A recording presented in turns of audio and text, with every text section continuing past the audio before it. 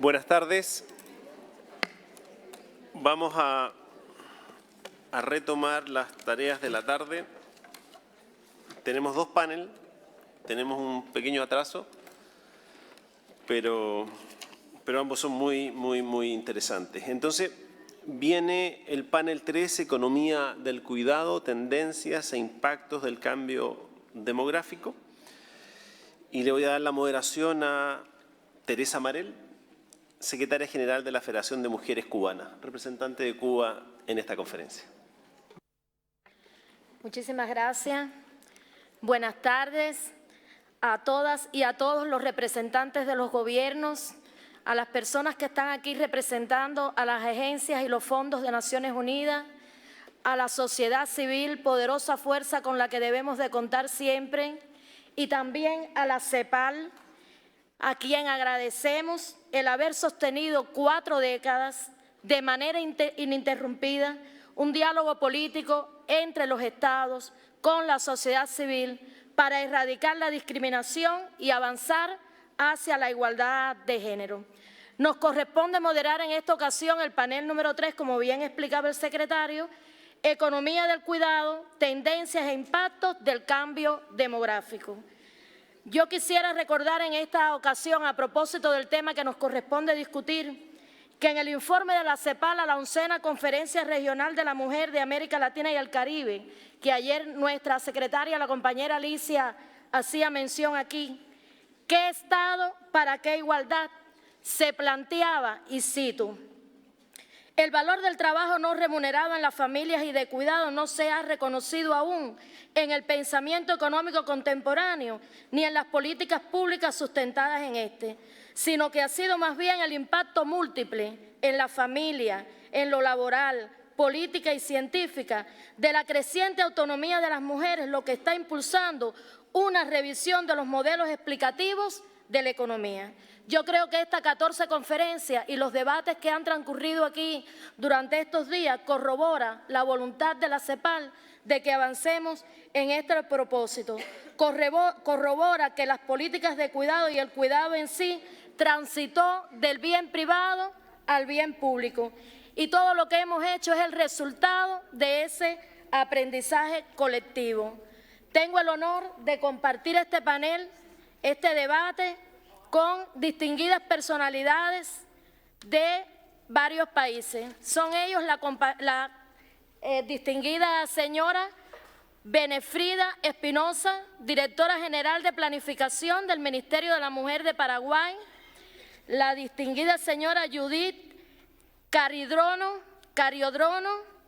que trabajó como oficial principal de políticas para el Ministerio de Asuntos Sociales y Vivienda desde 2002 hasta 2013. Después fue transferida al Ministerio de la Agricultura, Ganadería y Pesca desde 2013 hasta 2017. Posteriormente se desempeñó como oficial senior de políticas dentro del Ministerio del Interior y actualmente dirige la Oficina de Asuntos de Género dentro del Ministerio del Interior. Bienvenida. También nos acompaña hoy la compañera Asia Villegas Porjat, ministra del Poder Popular para la Mujer y la Igualdad de Género de la República Bolivariana de Venezuela. Asis Villegas es doctora en Ciencias Médicas del Instituto de Medicina de Kiev en Ucrania. Ha realizado estudios sobre problemas de género como políticas públicas, pobreza y género. Desde 2007 es asesora de la presidencia del INAMujer, Instituto Nacional de la Mujer, en materia de salud y derechos sexuales y reproductivos. Es experta por la República Bolivariana de Venezuela ante Comité de Expertas del Mecanismo de Seguimiento de la Convención Belén do Pará y conferencista nacional e internacional en materia de salud, derechos sexuales y reproductivos y género. También está aquí con nosotras. Also here is Juana del Carmen Brites, Vice President of the International Domestic Workers Federation and representative of the Union Personal Auxiliar de Casas Particulares Argentina, lawyer and trade union leader with ample experience in the struggle for the rights of household workers, and is currently the secretary of the organization of workers of households, private households, and is a professor at the University of Buenos Aires. And last, a man, Juan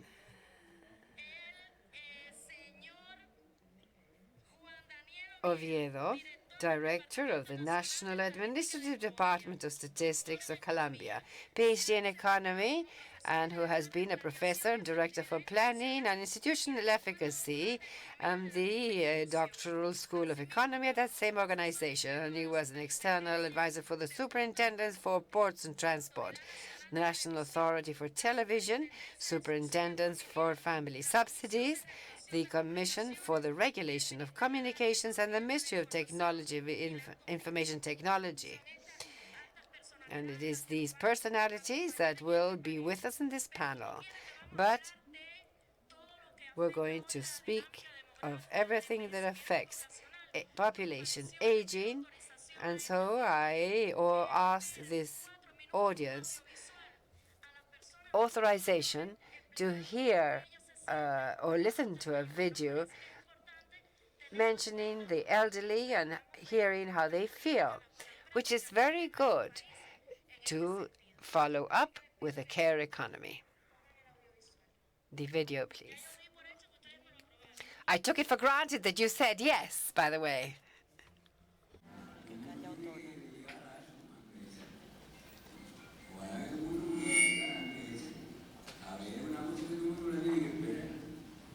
Unfortunately, it's impossible to translate this as we have no direct audio to the booth. Pero sigo luchando, sigo adelante.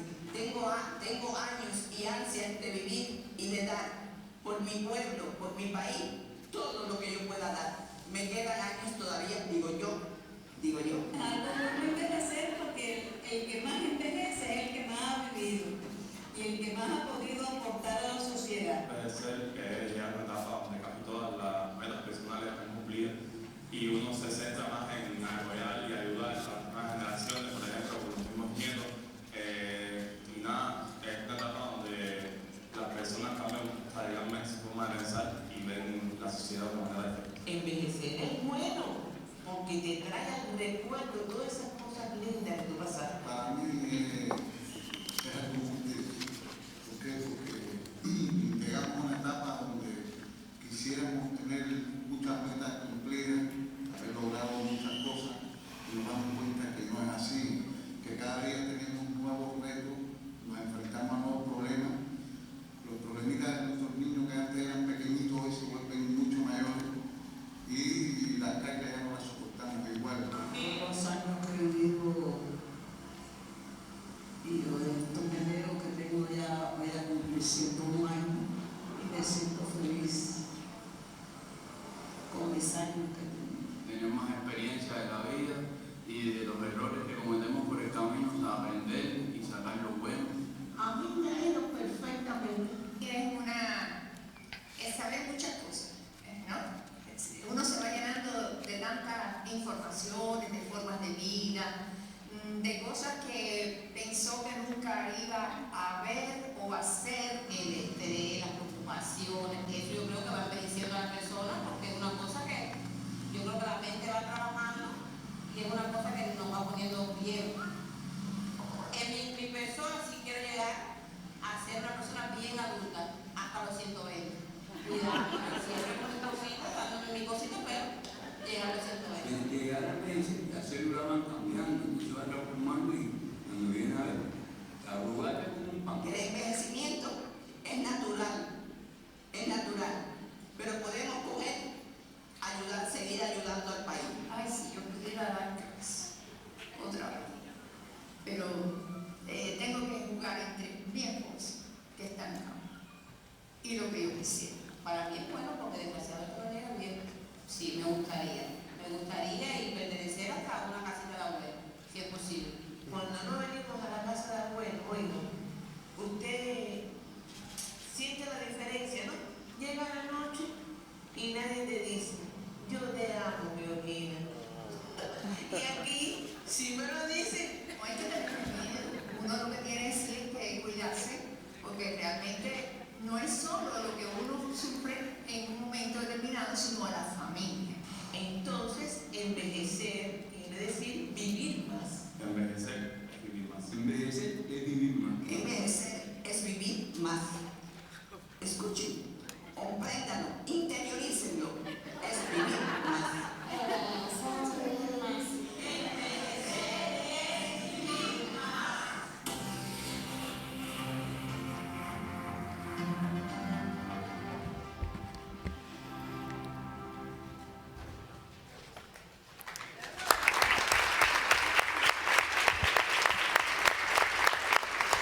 para que ellos... And for them to live more, we must have public policy and good practices to ensure that. And so we will hand over to our colleague, Benefrida from Paraguay, who will begin speaking to us about this. Good afternoon, everyone. First of all, I would like to thank ECLAC, and through them, the Gender Affairs Division and the Government of Chile for this 14th conference, within the framework of which we are holding these very interesting thematic panels. Today, I would like to share with you some processes and progress made in Paraguay to accompany demographic changes that were seen with the transformation of the structure and the size of families. In addition to playing a very important role, together with many other social, economic, cultural, and political factors, in the evolution of the role of women in society. According to the Global Index on the Gender Gap of the World Economic Forum in 2018, in Paraguay, it's 17%, rated as in 104th place, measuring three indicators: women's participation in the economy, labor, political participation, and access to education, as well as life expectancy. As in other countries of the region, Paraguay can show progress in recognizing the rights of women, but this persists with the existence of notorious gender inequalities that has a negative impact on the life of women and the well-being of society as a whole. The country is currently going through a period of a demographic bonus and shows an incipient aging of the population that does affect public policy responsible for ensuring the well-being of the population. The demographic bonus is estimated will last for another 35 years, up to 2054. As of that moment, there will be a progressive increase of dependence on account of the old age, affecting 64 out of every 100. The age of the population during this period of time, 35 years, these are opportunities to take steps to face the impact of this change in relation among age groups. In comparison to other groups, Paraguay is facing a favorable demographic context in terms of the opportunities that we have to upfront anticipate these situations, especially for sectors that will require greater care and facilitating the inclusion of women in the labor market. And so, regarding the national and international regulatory framework that initially enables us to promote this process in Paraguay, we have CEDAW, ratified by Paraguay in 1986. And determines the need to protect the labor rights of women against discriminatory practice stemming from maternity and implementing measures to facilitate reconciliation of paid work, family, and shared caring of children. Beijing in 1995 also recognized the need to change the division of work and also adopted Paraguay, the Quito Consensus of 2007, Brasilia 2010, that mentions these policies. The Montevideo Strategy for the implementation of the regional gender agenda within the framework of sustainable development also determines the same things. Paraguay took on the commitment for the 2030 Agenda, SDGs, and the Ministry of Women specifically is the coordinator of Goals 5. And as to Goal 3, which is, or Target 3, which is what we're seeing in this panel. Along these lines, the institutional legal framework of our country lays down the grounds for implementing actions that are part of a care policy.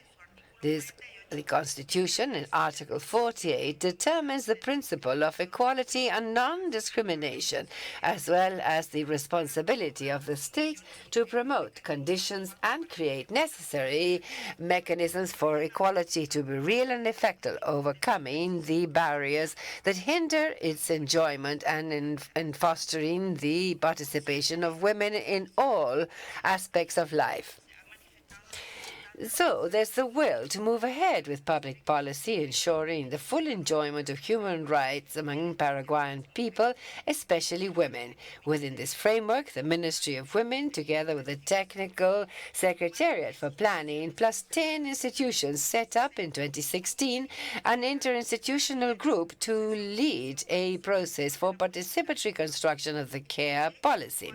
This group determined a roadmap until the year 2020, preceded by a training phase to level knowledge regarding the topic.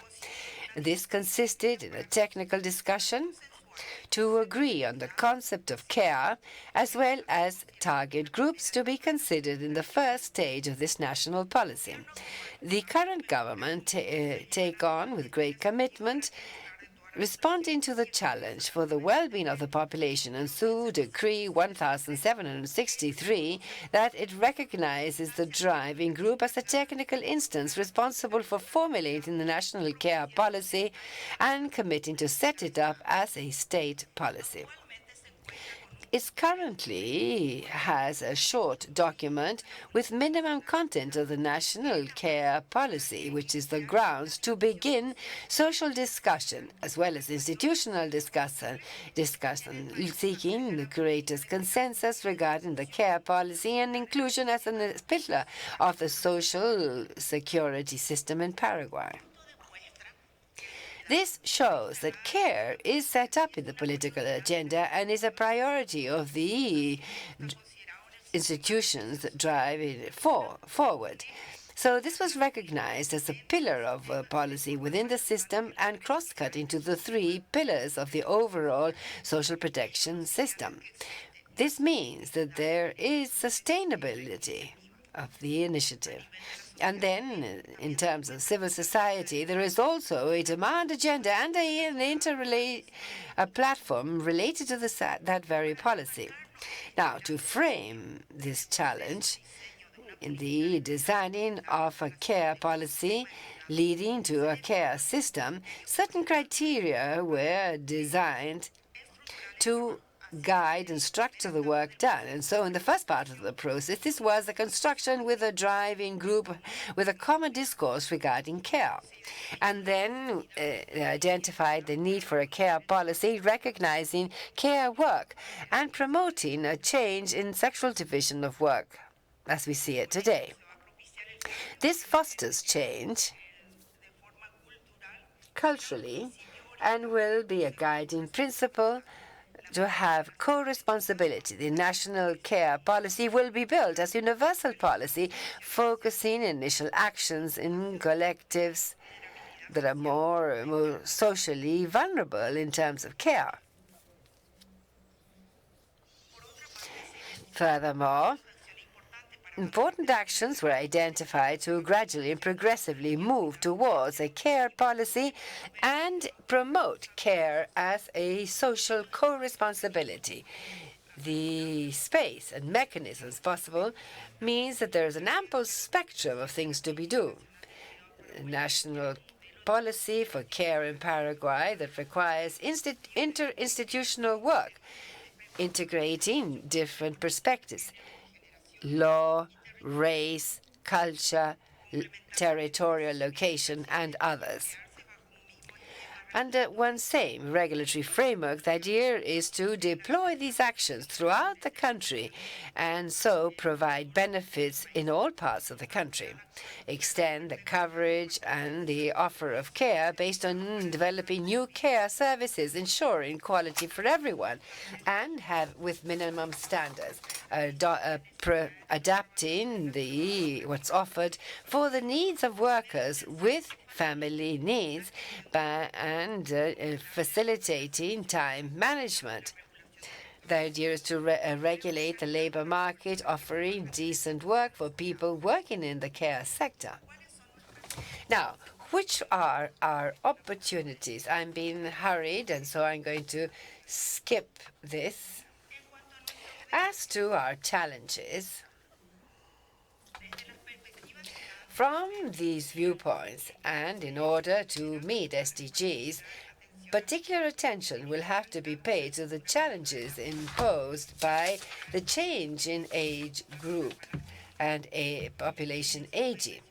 We can mention some, such as having a fiscal reform to increase public investment, improving the efficiency of our expenditure, which is something that we have been talking about here, have gender equality and empowering of all girls and women in order to make compatible reproductive and care health, and substantially increase decent work and productivity, among others. In conclusion, which would be the path ahead in terms of things to be done to continue moving ahead in the design of this policy? It is strategic to think of the following: specific diagnosis by population group, beneficiary of the care policy in terms of population characterization, and assistance with territorial breakdown, encouraging participation to discuss the care policy and continue in the process and setting it up in public policy.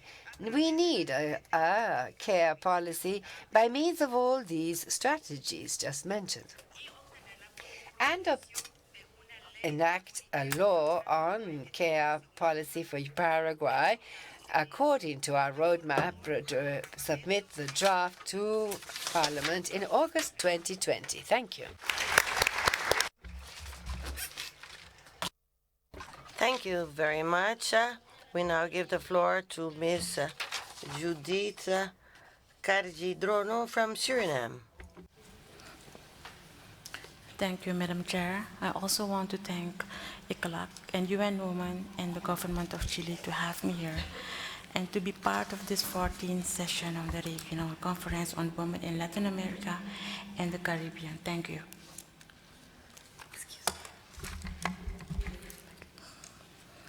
The government of Suriname is honored to address the panel on this important theme, the care economy trends and impacts of demographic change. Based on Article 6, Sub D and Sub E of our Constitution, the social objectives of the government are focused on an equitable distribution of the national income, well-being for everyone, and wealth among all strata of the population, and a regional spread of public services and economic activities. In our development plan 2017-2021, social progress is included as one of the 4 pillars on which the plan is based. The following criteria are set for improved social development: equal development opportunities for each citizen, included income distribution, accessible, vocational and affordable education, proper housing guaranteed, good and optimal health care present and available. Law enforcement, legal certainty and legal security are guaranteed. The reformed social security system is better able to identify social groups and to assess and reduce their vulnerability, poverty alleviation, job creation. Suriname acknowledges the challenges faced with regard to data gaps and institutional shortcomings, such as the collection of gender-related data in the pursuit of social progress of its population. The national report, The Situation Analysis of Women and Men in Suriname, of August 2018 indicates the following. The total workforce in the age group of 15 till 64 years amounts to 100,088 1,229 people, of which 63.1% are employed men and 36.9% are employed women. The industrial sector shows more men than women active. There are no recent sex disaggregated data in the agriculture sector, informal employment by sex on the proportion of population with access to credit by sex, and the gender gap in wages on the proportion of time spent on unpaid domestic and care work by sex, age, and location. Most job seekers turn out to be women, and more women are employed in the service sector. The government of Suriname is aware that women often spend many hours a day on unpaid care and domestic work. Besides this, women fulfill many crucial roles as part of the society. They are farmers, wage laborers, small-scale entrepreneurs, but also continue to fulfill the traditional roles of caretakers of children, the elderly, and the sick. Women are limited in their development because of the time burden of such work. It limits them to participate fully in the economy. They are multitasking. This influences their health, their choices, the time they have available for leisure, education and information, technologies, decent incomes, advisory services, training, and other opportunities. Unpaid care responsibilities combined with farmer work responsibilities result in a double work burden for women. They become responsible for household work, unpaid care, and economic work, resulting in high time burdens. This means that men need to get more involved in providing family care. Otherwise, women's rights will be undermined and gender inequality will be exacerbated. It is therefore important that policies, programs are in place that create opportunities for women, their development, while promoting, protecting, and respecting the full enjoyment of their human rights.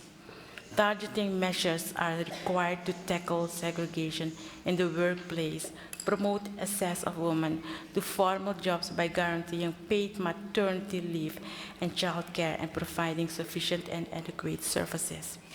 In this regard, the government has taken various policy and legislative measures.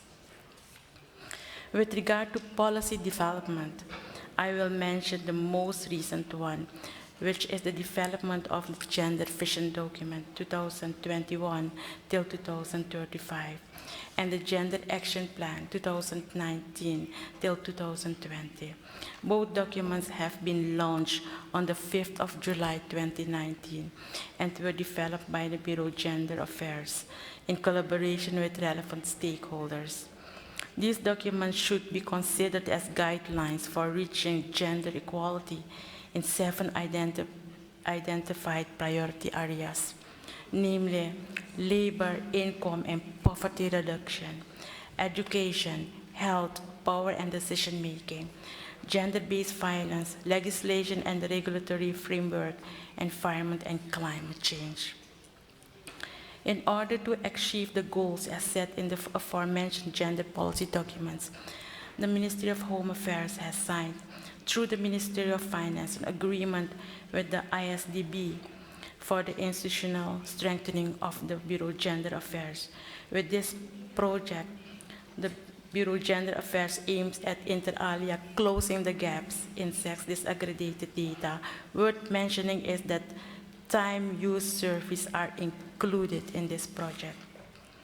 With regard to legislative measures, reference can be made to the National Social Security System based on 3 key laws, namely the Minimum Wage Act, the National Pension Benefits Act, and the National Basic Health Insurance Act.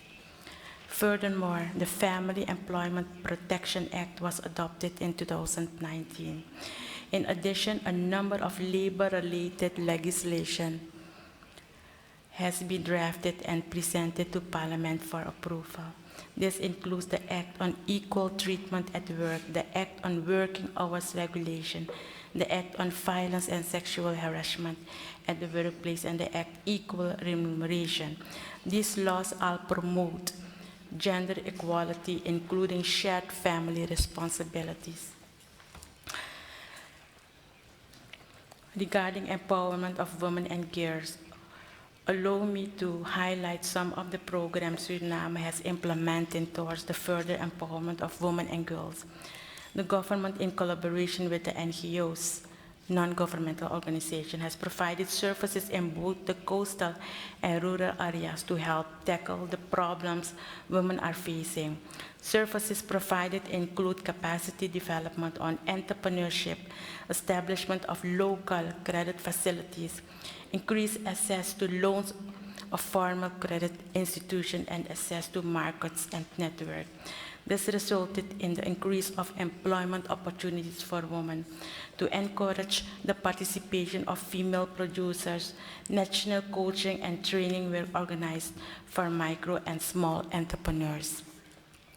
The government, in collaboration with development partners, non-governmental organizations, and the private sector, included banks, credit cooperatives, has invested in the provision of microfinance credit to address immediate household needs of poor households, support women in the development of small-scale women businesses, and increase access of female entrepreneurs to credits.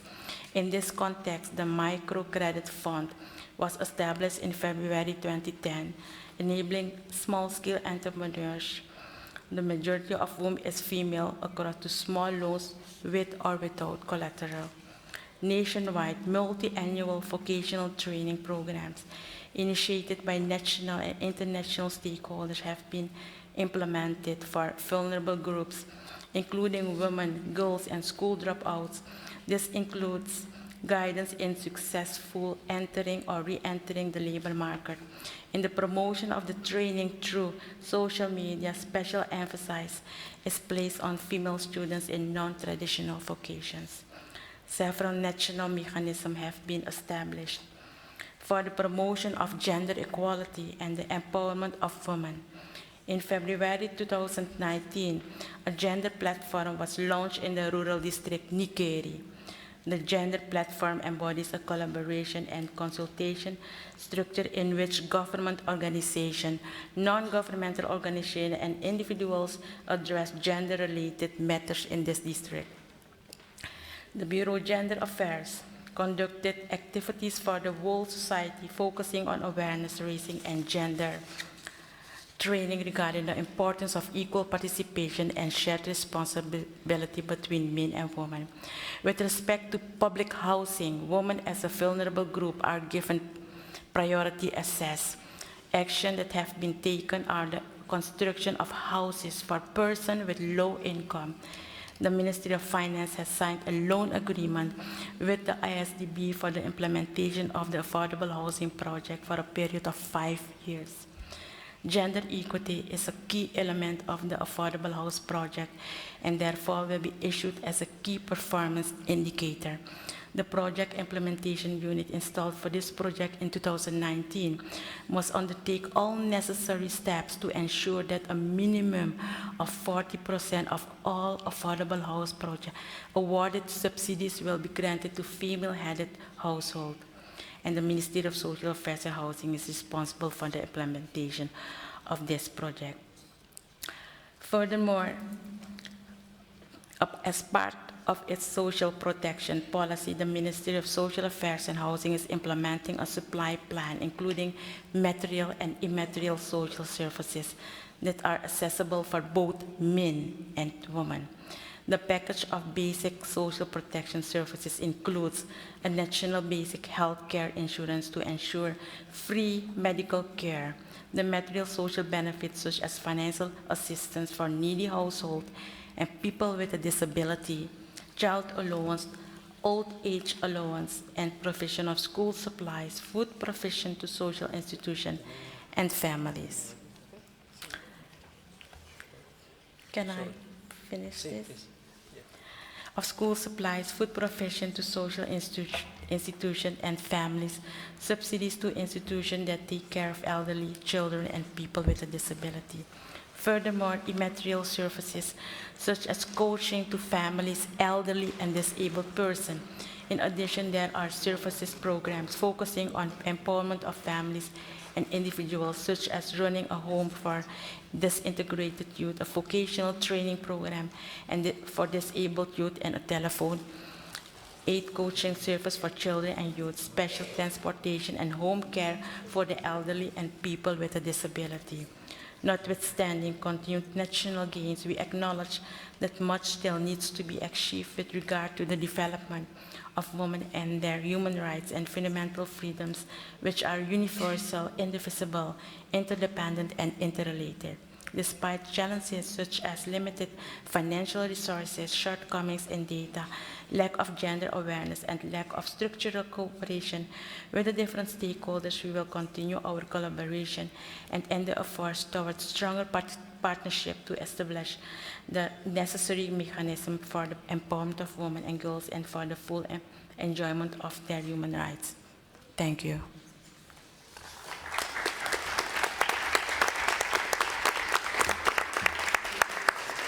Gracias. Thank you very much, Judith. I now give the floor to the Minister for the Popular Power of Women in Venezuela, Ms. Asia Villegas.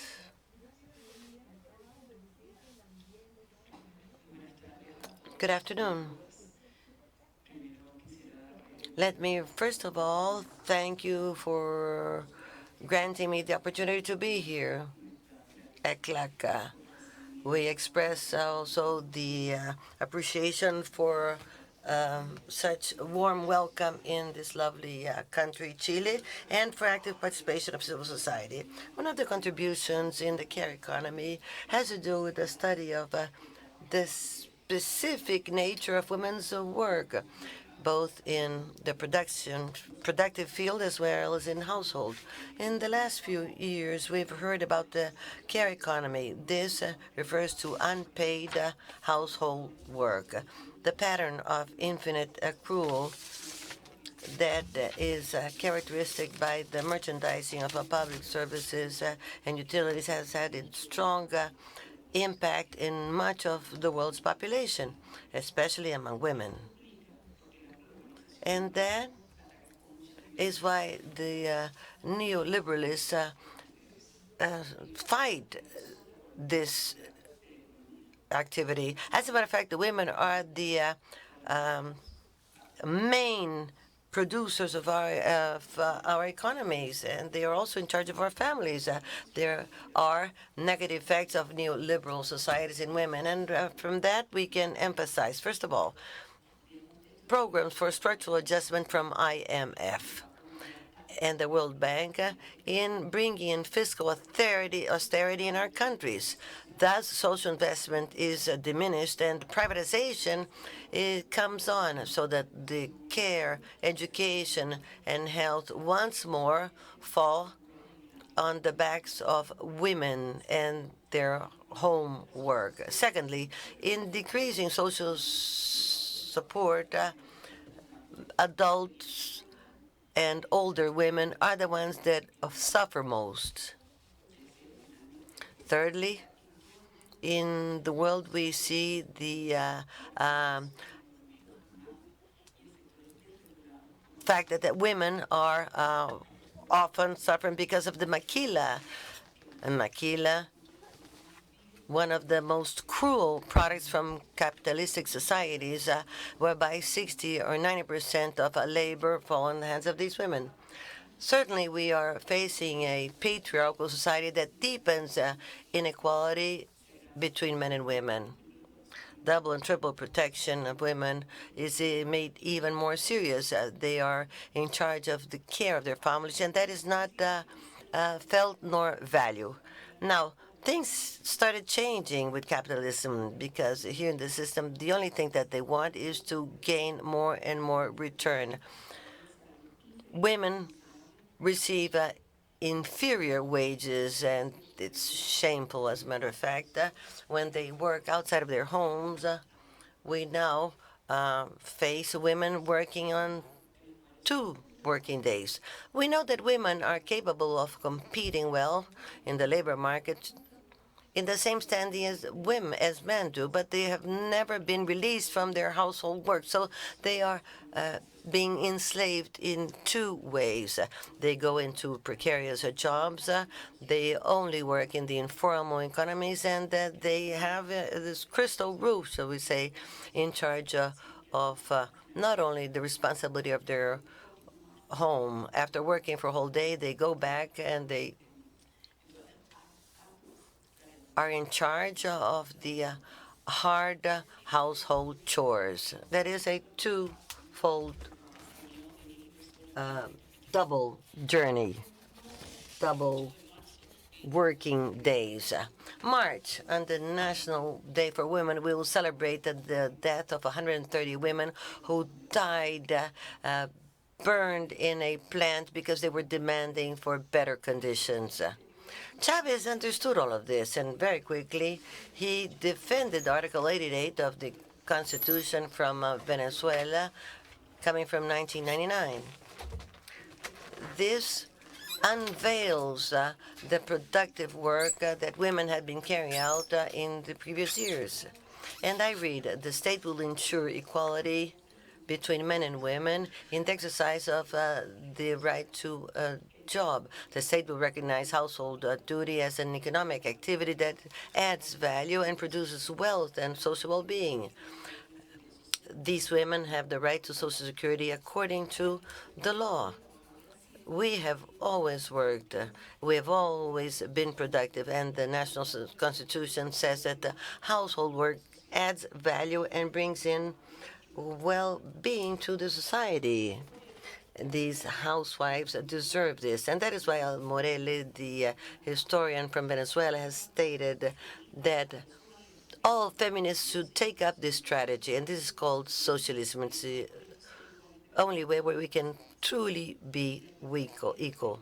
Gender equality, social equality, political equality, economic equality, human equality. Human existence, as Carlos Umar said, cannot be reached unless it's in a socialist world. We state that the base for society is at the relation between all sectors forces us to update all of these concepts. This is certainly under the Bolivarian Revolution. When we talk about labor force, the workers who are economically active, we should also add the labor force from the 3.5 million housewives that work in our country. And we should withdraw them from the economically inactive population. A historical sign of capitalism that has prevailed for centuries has been using women as objects. We reject the use of women as objects, as instruments, as things. And we revindicate what's pure, beautiful, and noble of these heroic revolutionary women. End of quote. The Bolivarian Republic of Venezuela takes a step ahead in its purpose to ensure the rights of the population, providing a legal framework to the constitutional mandate received in 1999, and introducing a very important progressive interpretation of those very rights on the way to an eminently fair, ethical, moral, democratic society, that is, feminist socialism. In Venezuela, our recognition of this process called care economy materializes, ensuring to the population social protection of all spheres, despite existing challenges motivated by the systematic attacks that our nation faces. In 2011, the census showed 27 million odd inhabitants, and 50.3% women, and men representing 49.7%. Fertile population, 7,400,000 people, women. Now, I would like to quickly, on account of the 3-minute warning, review the institutional developments within the framework of the Beijing Platform taken on by Venezuela. In 1999, it was the National Institute of Women was created and at the highest political level in decision-making because created in 2009, the Ministry of Women and Gender Equality, an institution that is part of the executive cabinet of the president, showing the relevance of public policy for protection. In terms of social protection of the rights of women, there are many concrete actions carried out for this, stemming from the fact that the main beneficiaries of the system, so integral social protection of the society, has been for women, and hence the almost 5 million women, or the elderly women, protected socially. So women are always being protected. As from the moment we joined the social security system at the age of 55, and bearing in mind that our life expectancy is of, I think she said 69, whereas men join at 65 and they live until life expectancy is 72. All of this is based on a social protection program, specific policies for women, but there are 34 missions in various social sectors, and also there's a robust technological platform called the Patria System, and they have a special ID card with over 18 million members. And now here we show the first broad missions. More than 70% here are the women beneficiaries. They receive financial report, over 6 million homes of the homeland. This is a mission for people with disability, the José Gregorio Hernández mission. Here there are more than 2 million people covered, and the National Plan for Humanized Deliveries, trying to rescue the natural delivery process, and then the right to decide the number of children that we would like to have. By 2018, we already have 469,258 women who are pregnant, financially protected, and accompanied by the humanized delivery midwives in all 24 states. This national program for humanized delivery was passed in 2017 and seeks to accompany all women of these almost 500,000 live newborns in the country. Before they restrict me, I would like to speak of the participatory political involvement of women in Venezuela. We represent almost 80%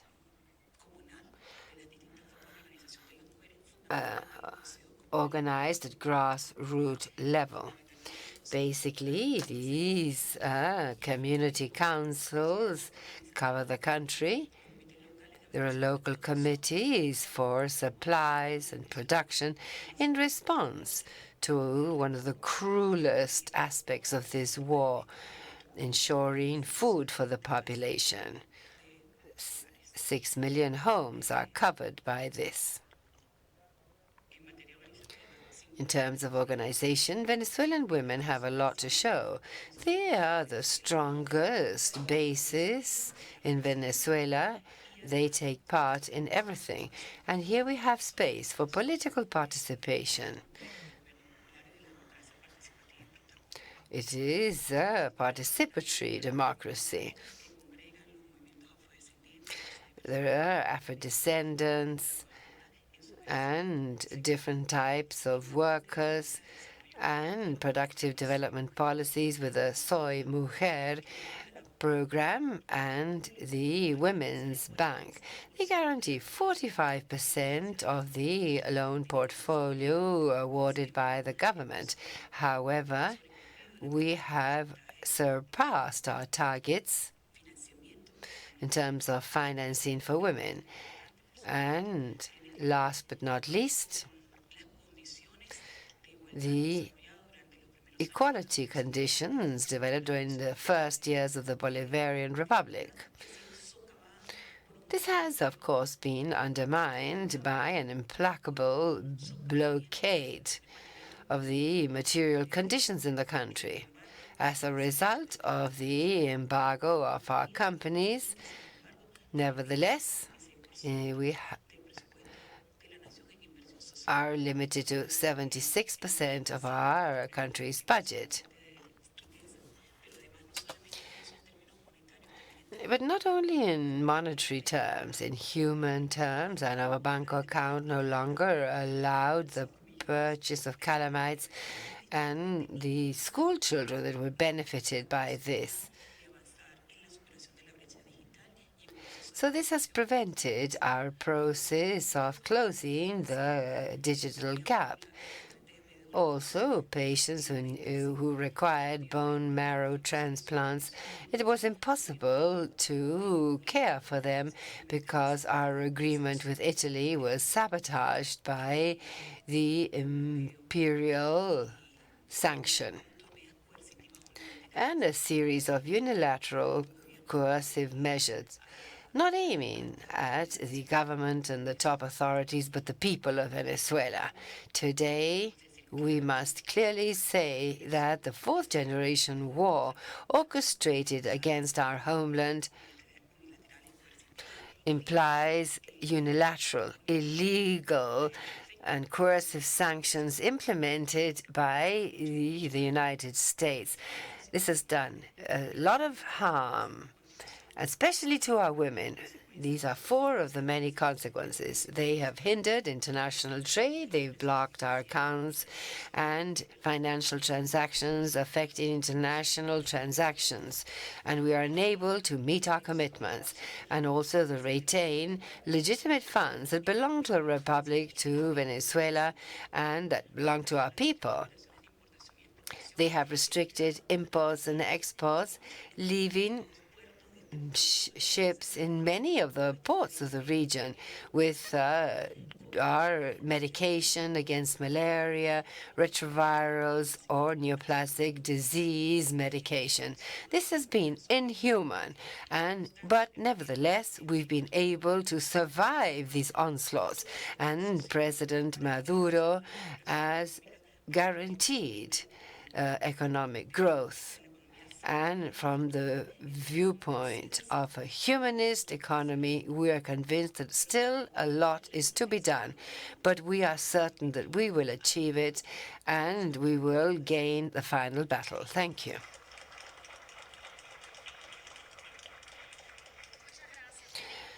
Thank you, Minister. And now I recognize Juana del Carmen Brites, Vice President of the International Domestic Workers Federation of Argentina. Thank you, and good afternoon, everyone. I thank ECLAC for making visible our Federation of Household Workers, and here I am bringing the voice of millions of workers with regard to the care economy. In recent years, we've seen each time more this notion of the care economy. The political decisions adopted here are essential to all countries because this has a repercussion on labor market structures and conditions, time availability, the well-being of the people, and the GDP, social justice, gender equality, and human rights. Household workers play a key role in the care economy in the region on account of population aging and the continuous rise in labor share by women, in addition to the public system to satisfy care needs that is partial and fragmented. This means that many homes depend only on these services provided by household workers. In order to have the necessary time and be part of the labor market, they carry out recreational and leisure activities. However, the contribution by these workers still invisible, despite the significant progress made in recent years and the regional progress made in this regard with regard to domestic work, this is still one of the most precarious and unprotected areas of work.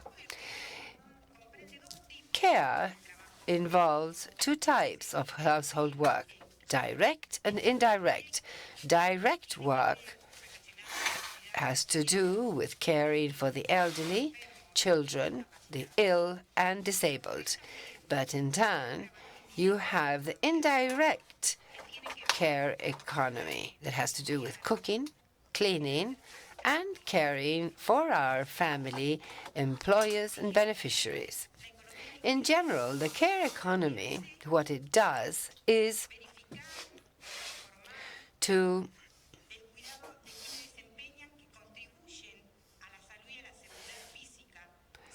those who contribute to the physical well-being of people. This is known as the care economy. It involves health, it involves occupation, it involves education. But maybe it's never associated to household workers as such. Unpaid work is very relevant in terms of its weight in the female employment structure, as well as the instance in how this is organized. It provides direct and indirect care, as I explained earlier. But despite all this, contributions to homes and the national economy, household work, it continues to be seen in the extreme bottom of the labor market because the working day is long and wages are low. All of this means that household workers are excluded from labor and social rights in many countries of the region, not only Latin America and the Caribbean or Central America, but worldwide.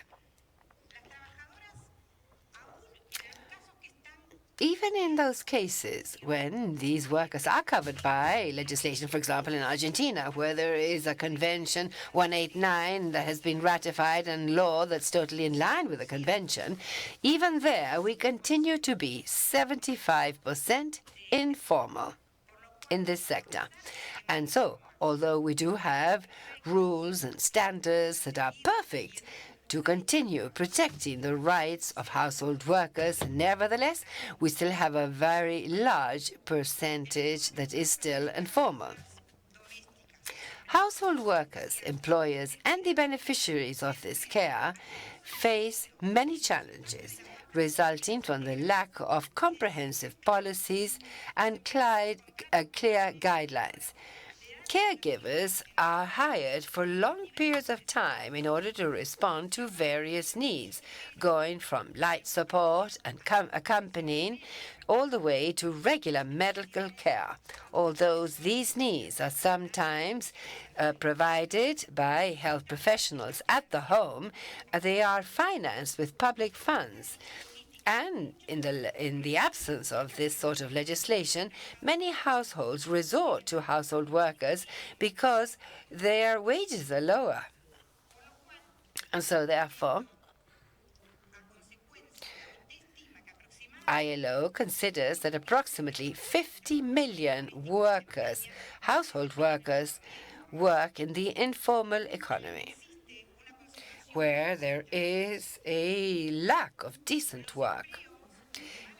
Poor quality jobs for household workers also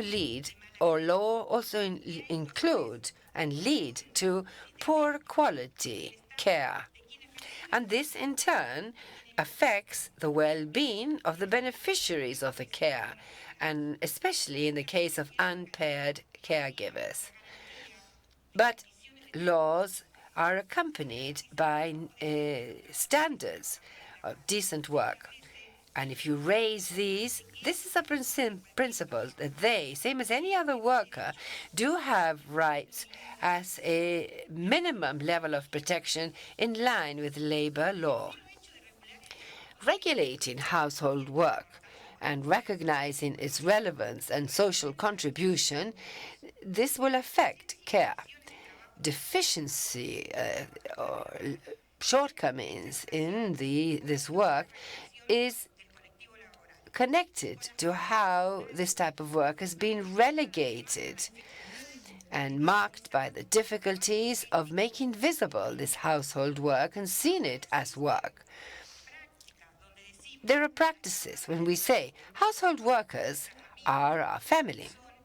They are our support, our pillars in the home. The employers do not see them as workers, but workers, they don't identify themselves as workers either. And so, in this context, the role of public policy is essential when it comes to changing not only this in writing, but also in practice. I don't have much time, so I'm going to round off. Household workers represent at least 2.1% of world employment, over 70 million people, of which 49 million are women and 21 million are men. But we have here a large percentage of migrant workers among these household workers.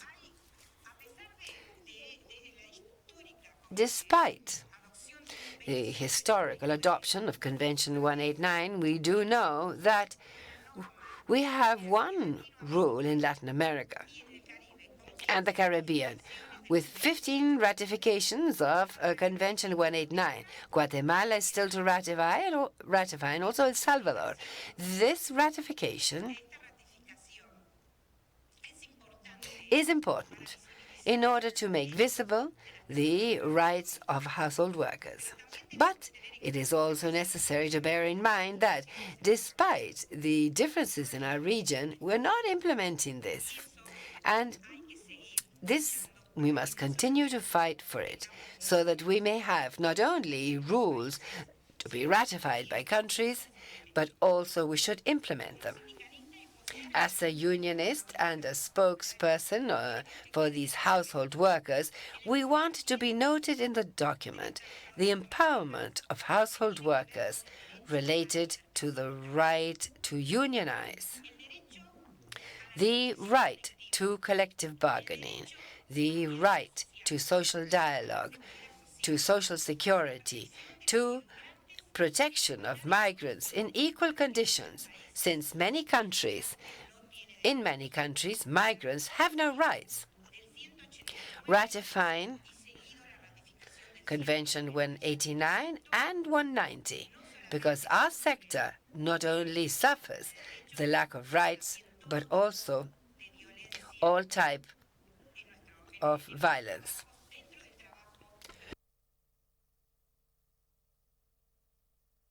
At work and in the family. Equality for our household workers,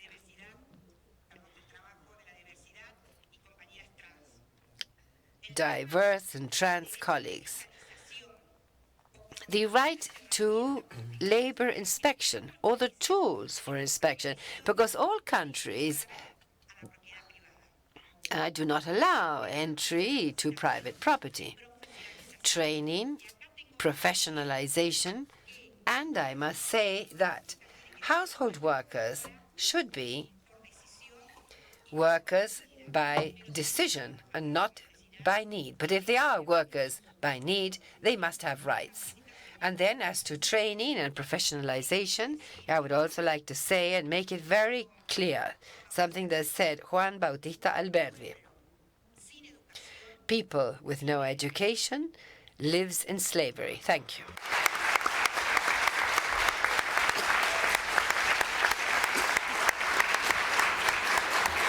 Muy bien. Very well, Juana. Thank you very much. We now give the floor to Juan Daniel Oviedo, who is director of the National Statistical Institute from Colombia. Thank you. I am very grateful for ECLAC, especially Gender Division, for the invitation to participate in this panel.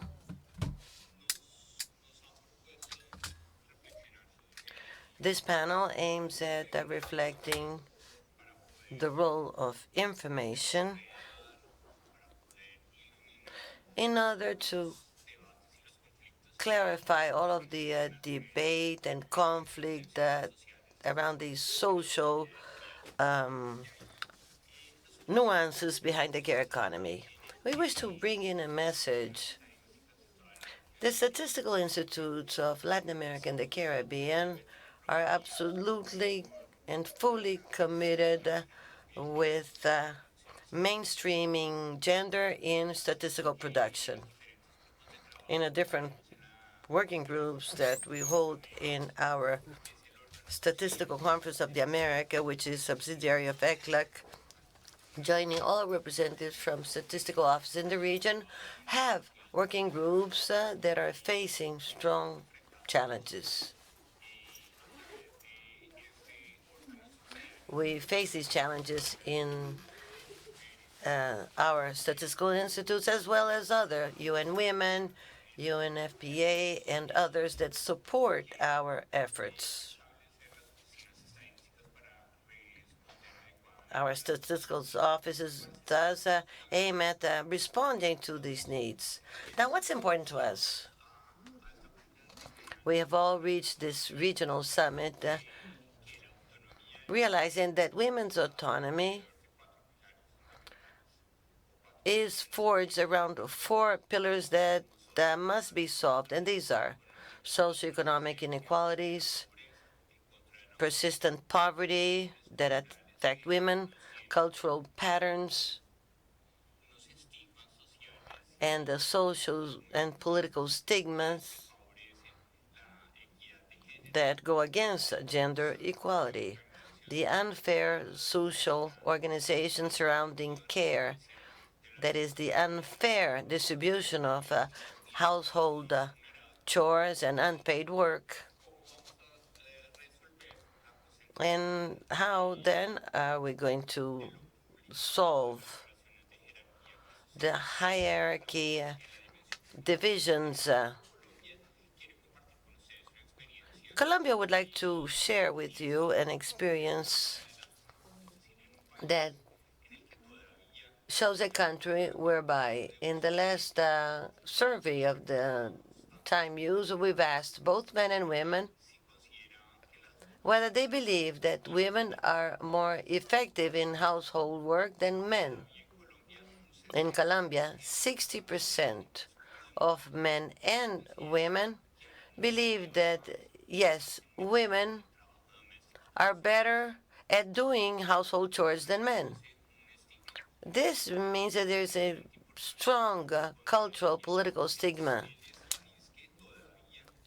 And in that country, a country that still believes in this, from the very beginning, as of the second decade of the millennium, we're talking about a society that is still holding macho bias, but still in law was passed on care economy, forcing the statistical office to be responsible for the building of an information system that would include the care economy idea. This is a general concept, as was here mentioned by my colleague. We're not just talking about caring for people who are sick or disabled or older persons, but I'm talking about also indirect work such as sewing buttons, cooking, volunteer work. It's a wide concept. Here we have the inclusion of social state services and also what is done inside households. As of 2010, we have in Colombia an institutional law whereby there's the coordination of a system in order to solve this tension surrounding the pillars of women and the unfair care system that falls in her shoulders. In Colombia, women work 2 hours more than men.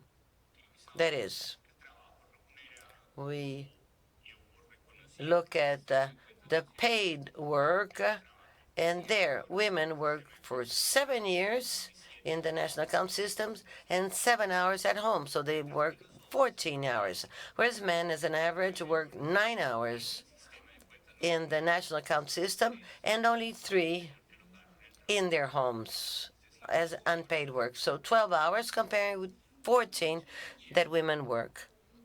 A time gap that is maintained in all income deciles.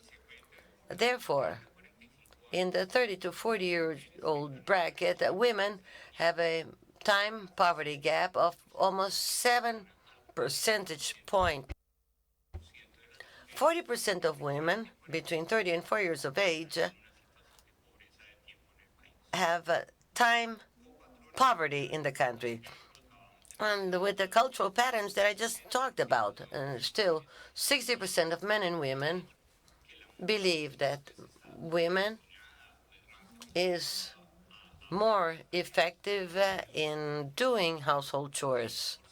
And 30% of women in the country believe that men are the ones that should make decisions in their homes. Thanks to these surveys in the use of time, our statistical offices, whether through institutional mandate or other kinds of mandates, are able to clarify this as it happens. There's an economic profile that can only be measured as our statistical offices go forward in time in measuring the use of time and also assigning a value. There's a false belief that the surveys in the use of time are only useful to see the weight of unpaid work as a share of GDP. But these surveys in the use of time are a social, economic, and labor clock on what's happening in households, capable of illustrating objectively the importance of the care economy in order to solve problems that are extremely important in the region, such as productivity gaps, migration, informality, and especially how we're going to get the entrepreneurial policies to act in closing the gender gaps. So what we wish to bring to you is this. We should value the results of the service in the use of time, not only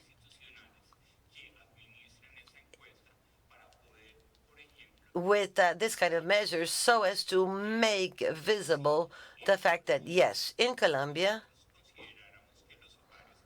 we should look at households not only as a place where there is unpaid work, but also that there should be paid work. We should then be able to level off the field. We're talking about a big chunk of the economic development that takes place in these homes. But in our development model, and with all of the discussions we've held here in ECLAC, we're saying that we're not just talking about the economic well-being, but the subjective well-being of persons and the capability that they may do with their time what they feel like doing.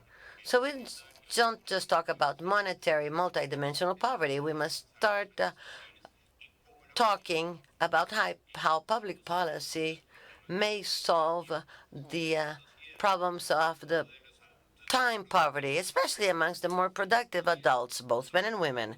This can only be done inasmuch as statistical offices have an institutional mandate and legal backing for the development of these surveys, streamlining gender in the production of data in our countries. Thank you. Muchísimas gracias. Thank you.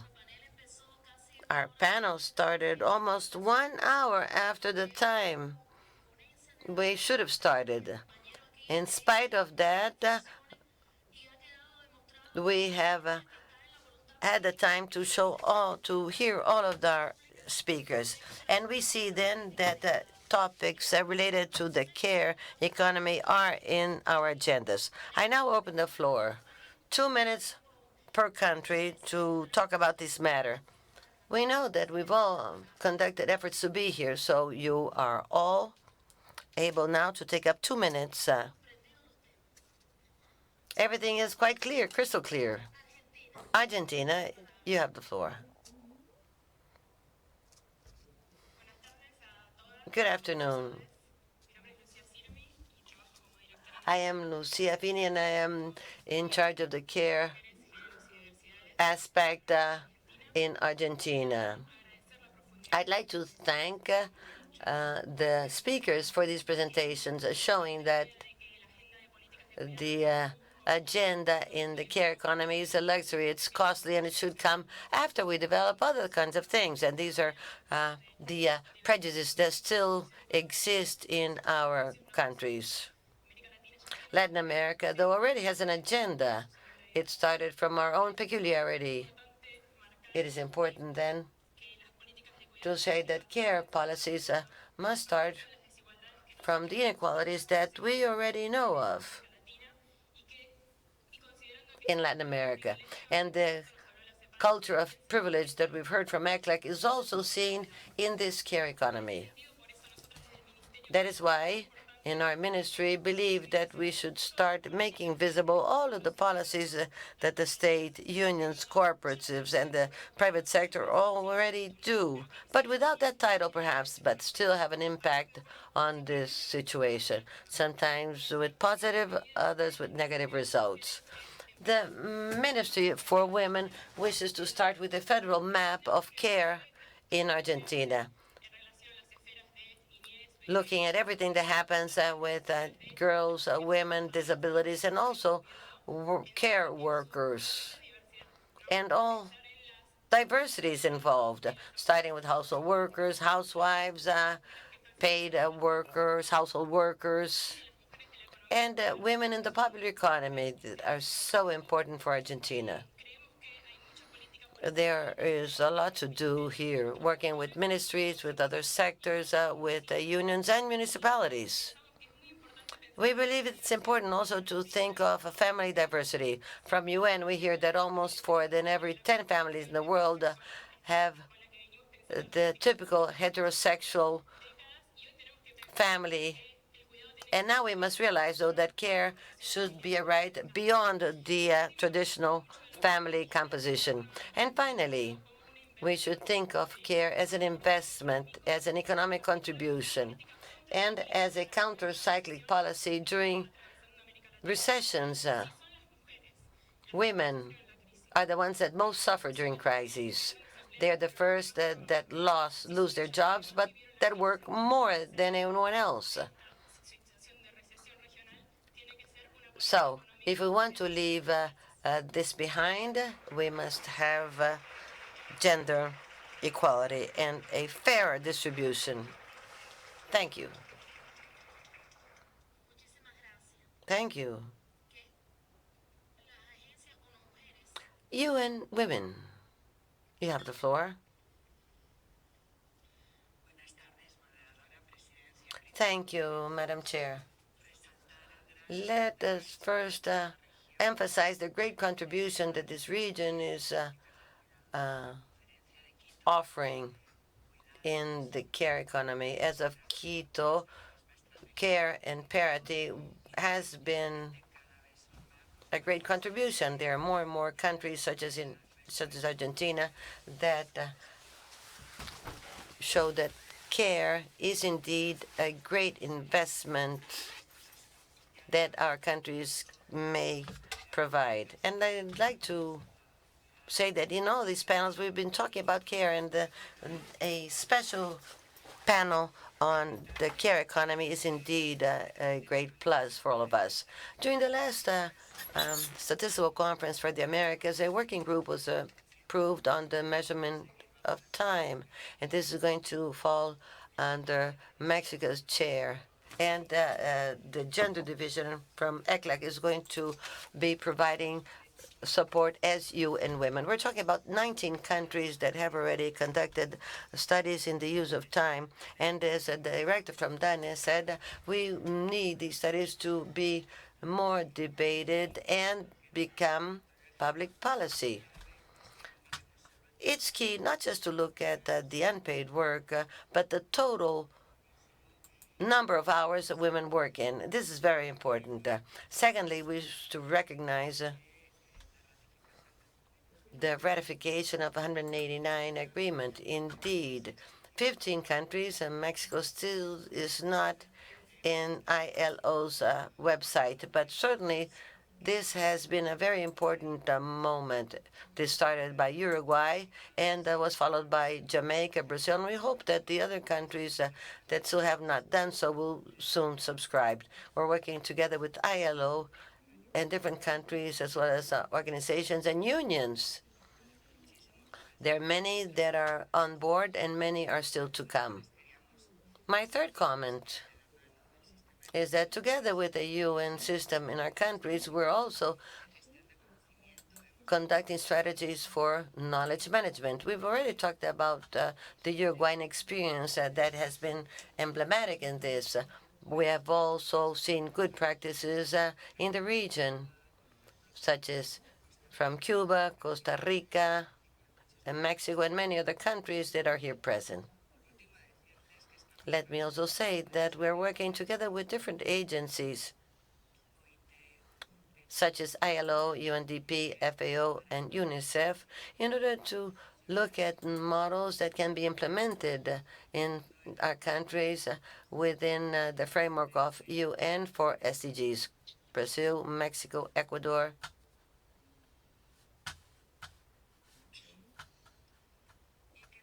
Are part of this project. And we also urge all countries to rethink in depth what will happen with the future of the care system. Much more investment has been seen towards the early childhood, but we don't see many fiscal policies that are devoted to the elderly, and especially the greater need for care for people who are not, that have some health problems. And women, as we know, are, as we hear always in these conferences, are devoted to that kind of care. There are other things involved in this topic, such as transport, and much is being done in Mexico and large cities because we need to articulate the public utilities with transport policies. Mexico also mentioned the need for care systems to be provided under safe conditions, especially for women who are more vulnerable. We've started hearing that this region has only 8 days of leave for paternity amongst the men.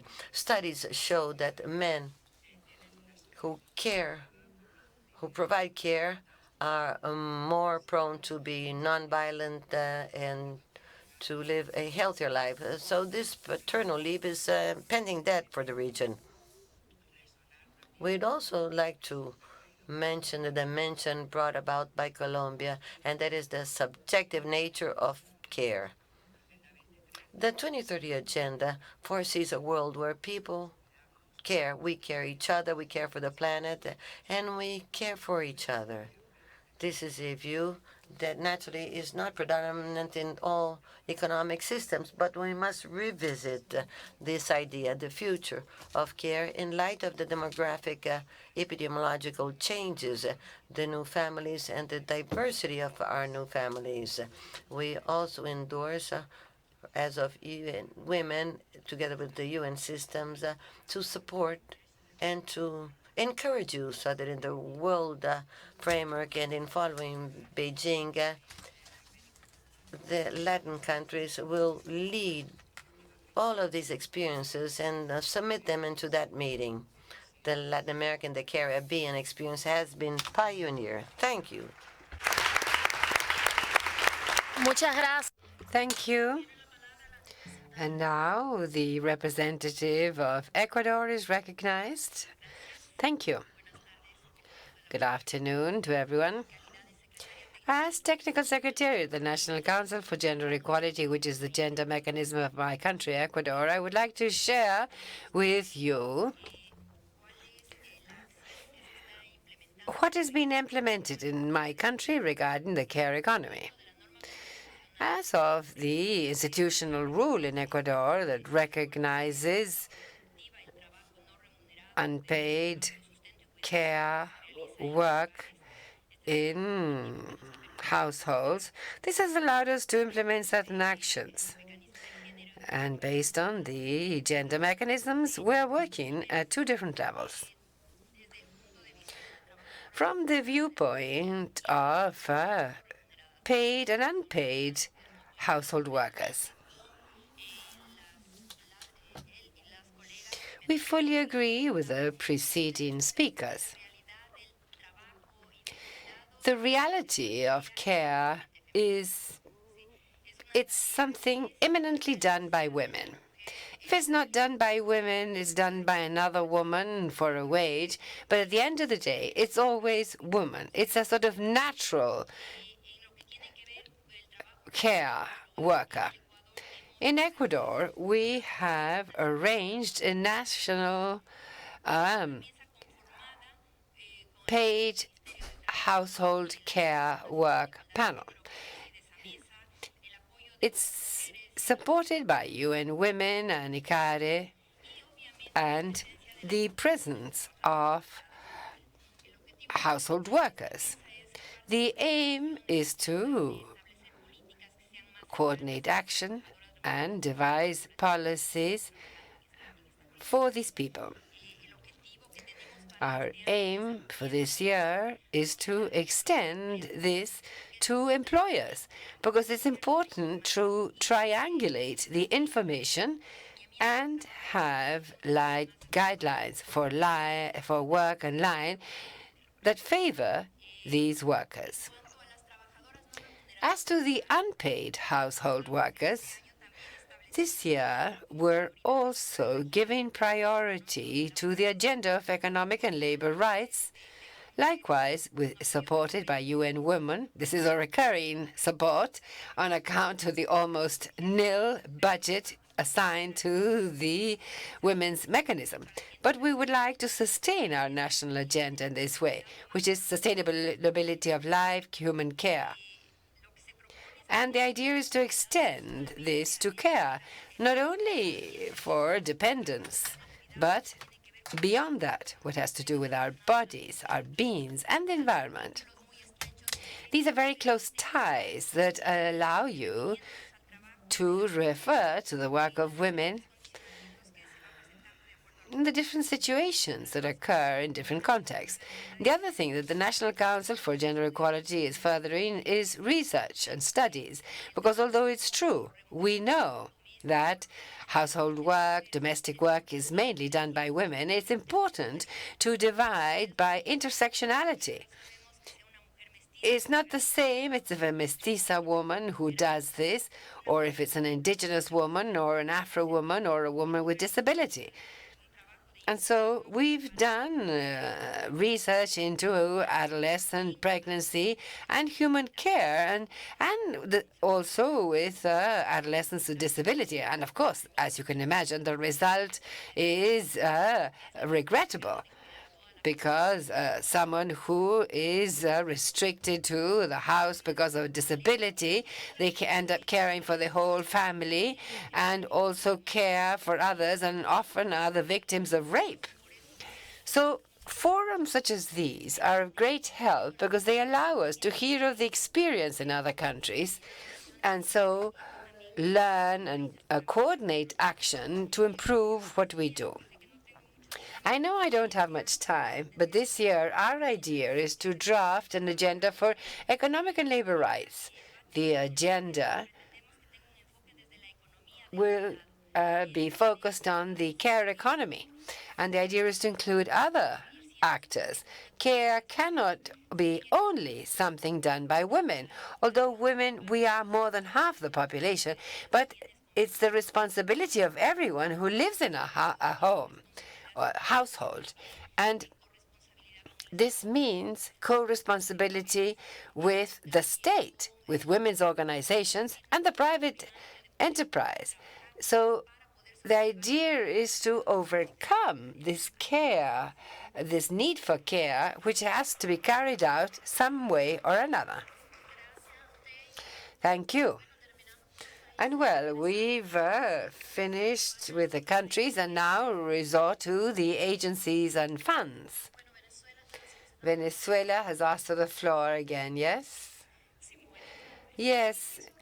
Very quickly, we wanted to say that Venezuela has a paternal leave, 15 days, but also for 2 years, we protect paternity for 3 years.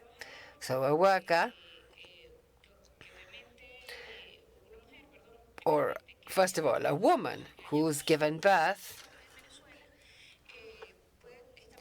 is protected for up to 3 years, and the man is protected for up to 2 years, the father of the child. That is what we wanted to add. Thank you. Very well. Thank you. And so now we recognize the representative of ILO. I will be very brief. I merely wanted to strengthen this message that there is a tie between improving paid care work. This improves the situation of the unpaid caregivers.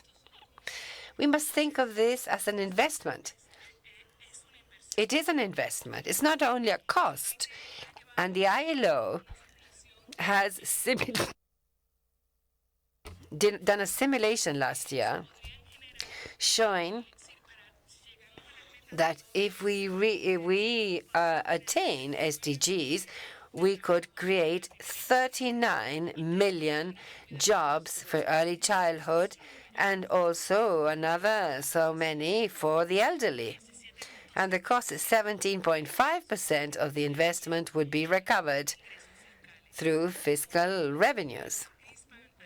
As Mrs. Greenspan said yesterday, development in our countries, we cannot see this only as an investment in natural resources or enterprises. Wages, improving the conditions of household workers, has an impact that returns to the economy. For us, it is therefore important to think not only of the 3 traditional R's in relation to care. Yes, we must recognize that. We must reduce the burden for women.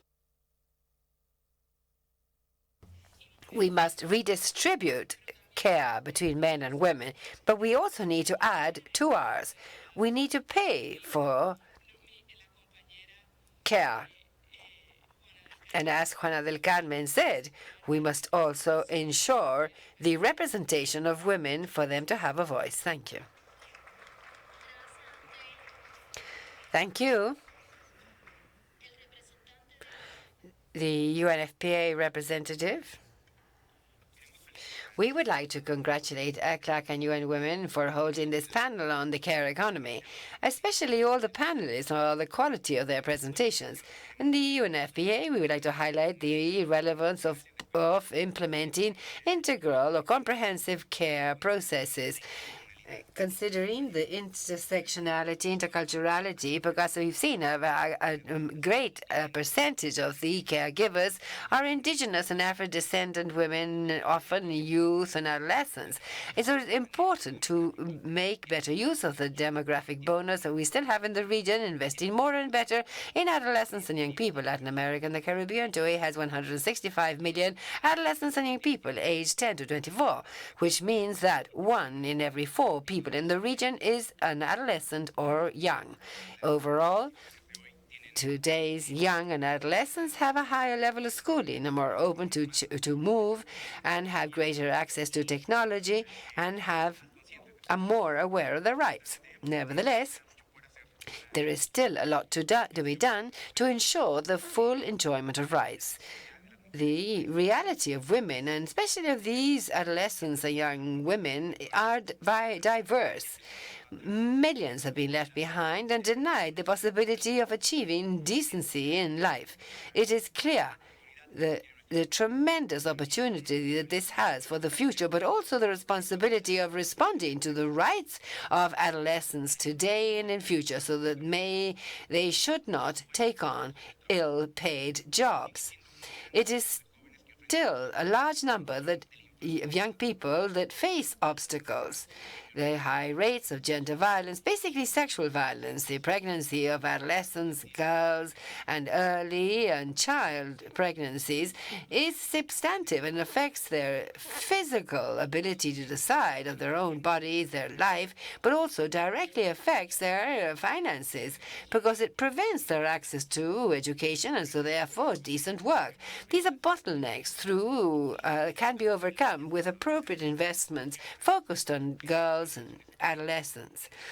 And this will mean a tremendous saving in human capital. The lack of access to decent jobs and also social security, pensions, and so on will affect these adolescents and young women who are today the greater majority of the population in the region. That is why investing today in adolescents and youth and the division of work means that they are at a greater disadvantage would actually imply a savings in policy in terms of the care given in future. But this would reduce the number of people who require care and also would ensure decent and full aging that in turn would allow us to achieve the better economies with the care to be given. Thank you. Thank you. The representative of the Ibero-American Social Security Organization. Thank you. And very quickly, we wanted to emphasize the relevance of social security systems in the care economy for all women who dedicated years of their working life when they access a pension system should not be criminalized on account of the number of years that they've been unable to contribute because they've been focusing on the caring of others and have not paid into their pension systems, or that when they do, they should not have these gaps because they've been caring for others.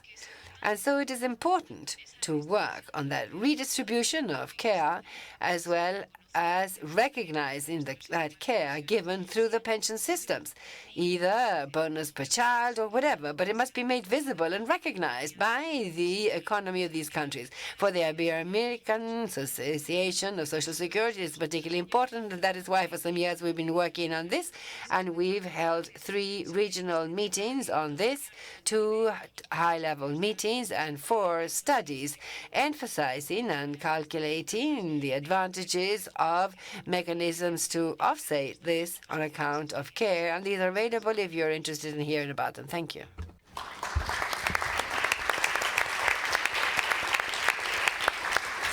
Muchas gracias. Un tema muy Thank you. So very necessary to that. If the civil society, any of the members would also like to share your opinion and voice. Yes. Good afternoon. For me, it is a pleasure and an honor to be here at ECLAC. I came to a Mercosur event of household workers here in ECLAC, and many of my colleagues returned. But now I would like to take this opportunity to greet Carmen Brites, the president of FIT in Latin America and internationally. Although it's true that care that we've focused on here, and I've heard authorities, experts, and technicians talking about this, and then social security for household workers. In the case of Peru, where I come from, I would like to say that discussion is important. Discussions on care systems for children of school age and the care system for the elderly. and also special people with special needs, and that we must all help. We stay to work until 9 p.m. because the family leaves their children or older people with us, people with special needs, and that cannot affect us because those additional hours are not recognized as for greater pay.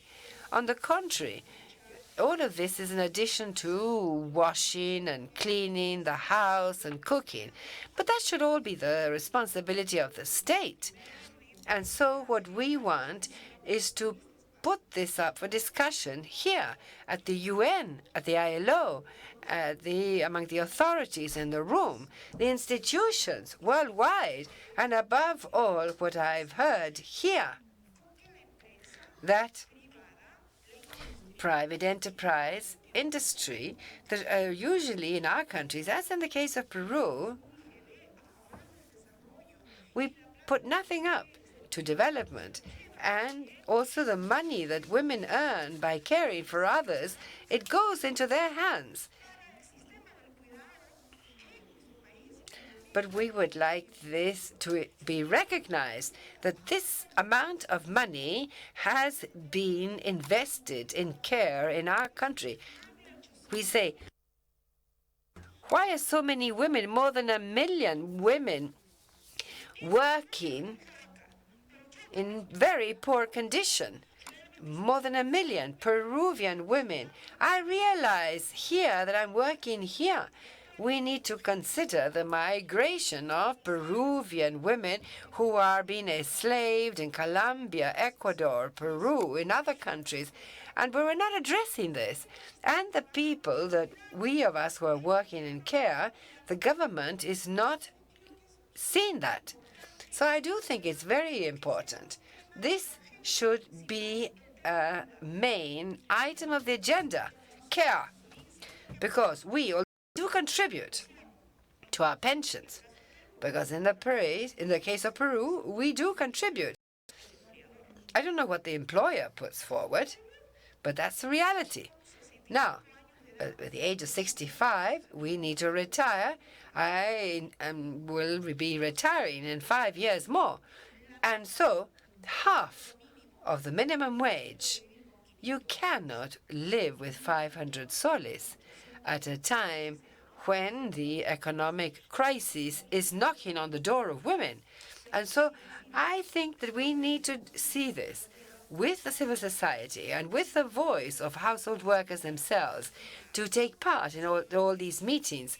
As the last speaker said, this lady who said she was from the Social Security Association, you say you have some 4 studies. Yes, we would like to see those studies. And we would like to see how we, household workers, who for 500 years, the state has been in debt with us, and this debt for care given must be taken on, accepted by the state. I just wanted to make my contribution, because through the unions, we women are also taking part there. I've just received a communication. I am not always able to open it because our battery is running out. But the Ministry of Women endangers the involvement of union workers in these working groups. We cannot allow that. We need space for debate to discuss the issues affecting women workers in our countries. Thank you.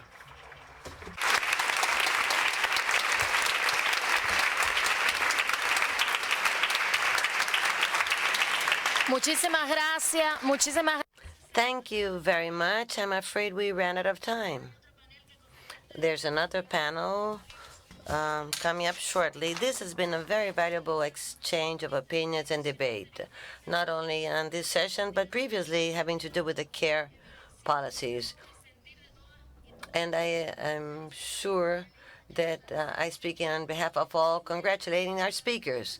They have brought good practices and experiences being conducted in their countries to push public policy towards care giving as of girls, women, and all adults. I have a brief summary of the challenges countries and civil society are facing. So very quickly, this has to do with the presentations and what you've all said. Care, due to its importance, should be recognized in the legislative framework of our countries based on the situation of each country. Care policies should tackle gender inequalities that have to do with the sexual division of labor and the obstacles women face when they aim to participate in the labor market and reach their economic autonomy. The strategies to improve care services should bear in mind that the contribution made by state or private institutions, people who are being cared for, and the caregivers. The need to adopt measures to reconcile reproductive and care labor with the productive labor. The politicians should include budgets allocated to that purpose. Unpaid work should be made visible, and we should also have a better articulation between family, state, market, and community to what we know as joint responsibility. As to the aging population, we should have a gender focus in the redistribution of resources. Undoubtedly, the most important one, a must. We should work with people to change the patriarchal culture, promoting a non-cestic system that will get rid of gender stereotypes that allocate sole responsibility of care to women. Women work then in the private world and men in the public world. And naturally, the inclusion of aging surveys and the work carried out by statistical offices. And I finish off by saying that yesterday our colleague Alicia said that she wants to, what do we want to transmit from this region into the world? I would be bold enough to say that I'd like to transmit to the world that Latin America and the Caribbean that yesterday celebrated 6 years as an area of peace, that we should be called a region of peace, because only through peace we will promote gender equality. Only through joining efforts from all of our countries, joining all of our strengths, we will be able to promote the advancement of women and thus reach development. This is the development that we propose being led by our women. This is what I propose for Latin America and the Caribbean.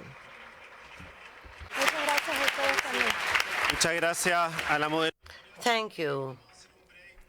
We'll now have a 5-minute break, and we'll soon be back for the next panel on climate change.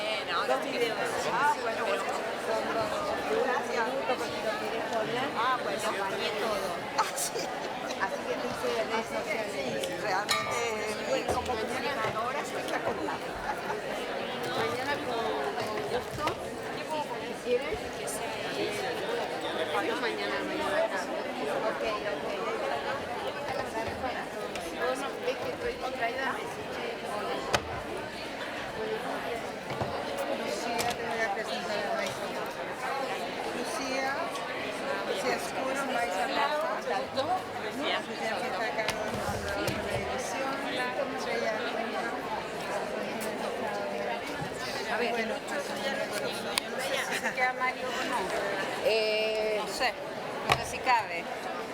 Pero que el señor Samaniego es moderador. Señor, sí, pero está puesto. A ver, la Carolina. Están muy altos. ¿Por qué están? A ver, ciérrenme acá.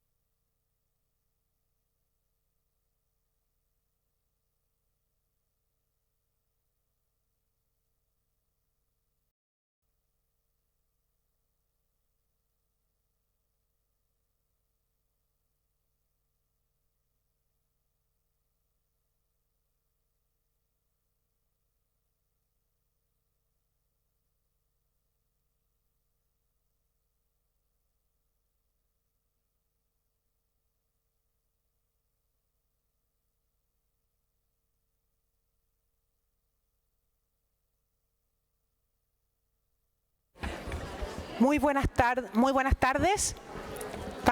Good afternoon. We will now begin with our panel number 4.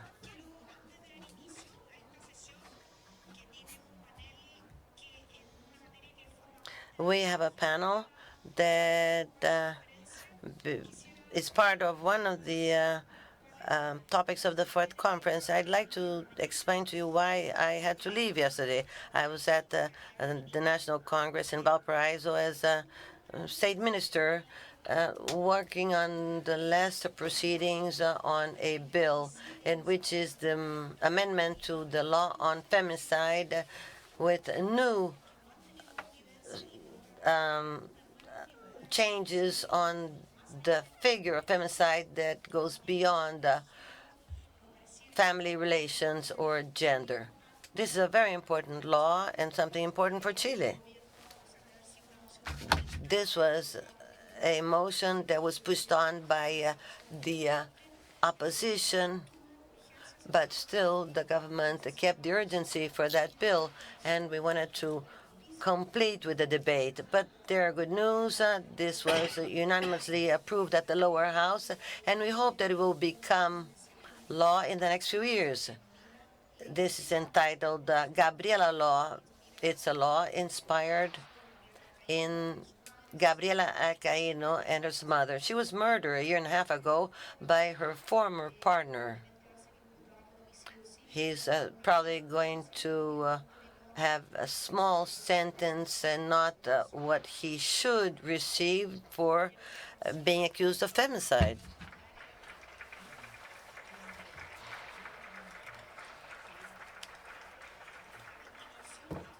We will now immediately go into the panel on climate change, trends, opportunities, and challenges for gender equality. This is crucial for the 14th conference. It is one of the most important elements that affect lives as well as opportunities of women, especially because of the negative effects. We must be prepared. It also brings in an opportunity for economic empowerment as well as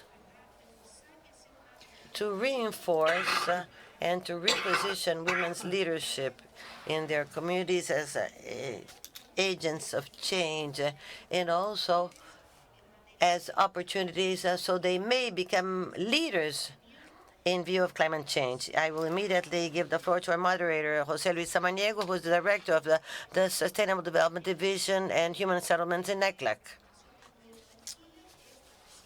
And I also wish to welcome the Carolina Schmidt, who is the Environment Minister for Chile.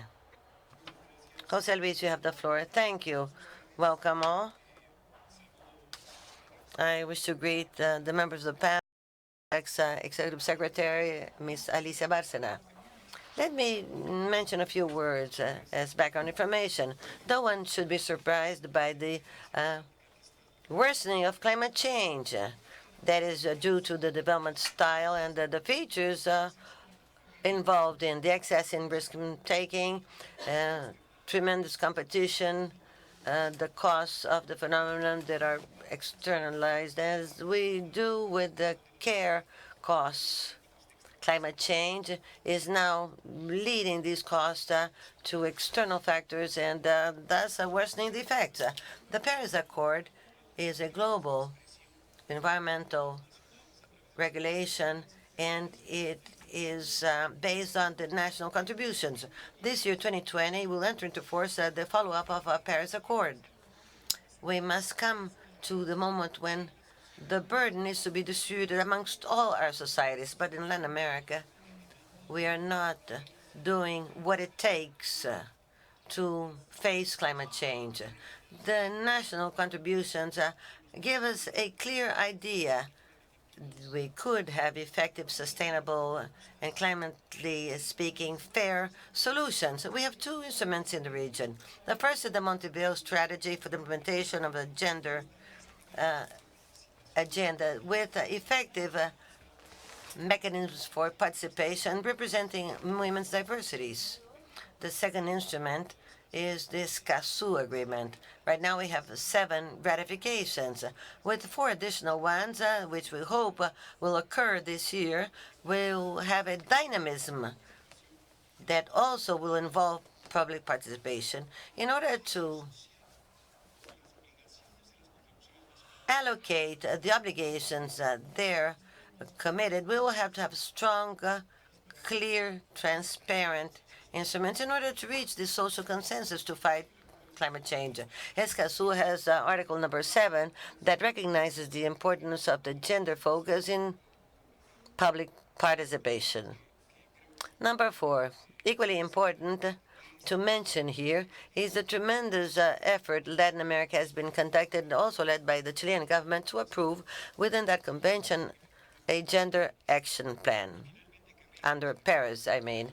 And let me say that in the position paper that we brought on the position of women and climate change, there's a very good chapter that you should read. It is called Opportunities and Challenges for Women's Autonomy.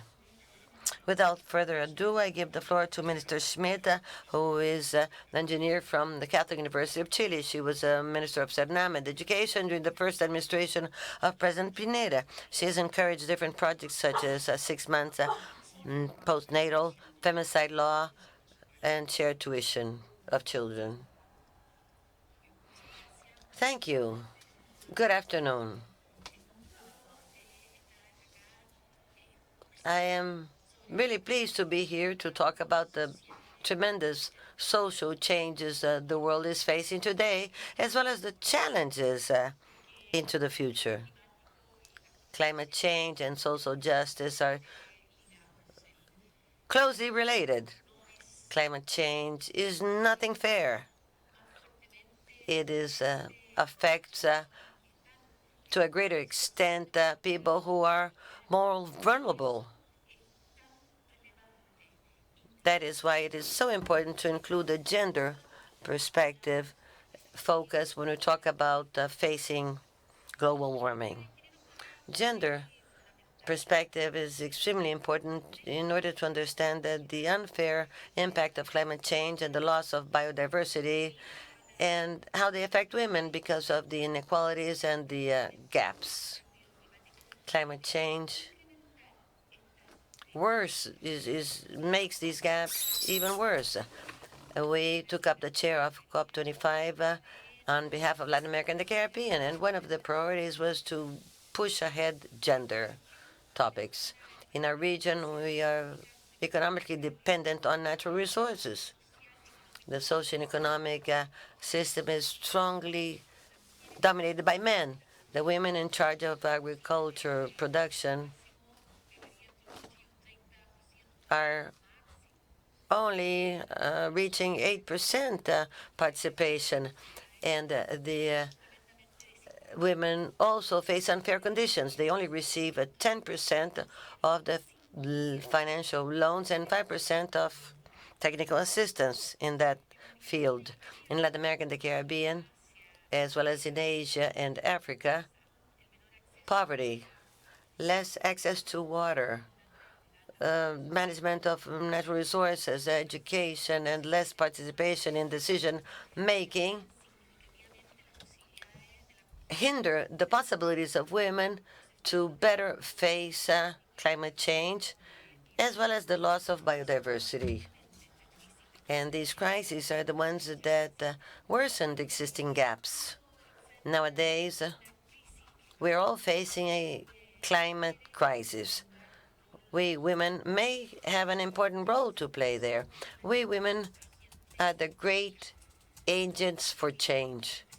One cannot reach a sustainable development, low in emissions, and that is resilient to the climate without getting women involved with a true capability to affect climate change policies. We need decision makers to develop climate policies towards 2030 agenda. We must empower these lady decision makers. At COP25, we women were responsible for 43% of the national delegations, comparing 32%.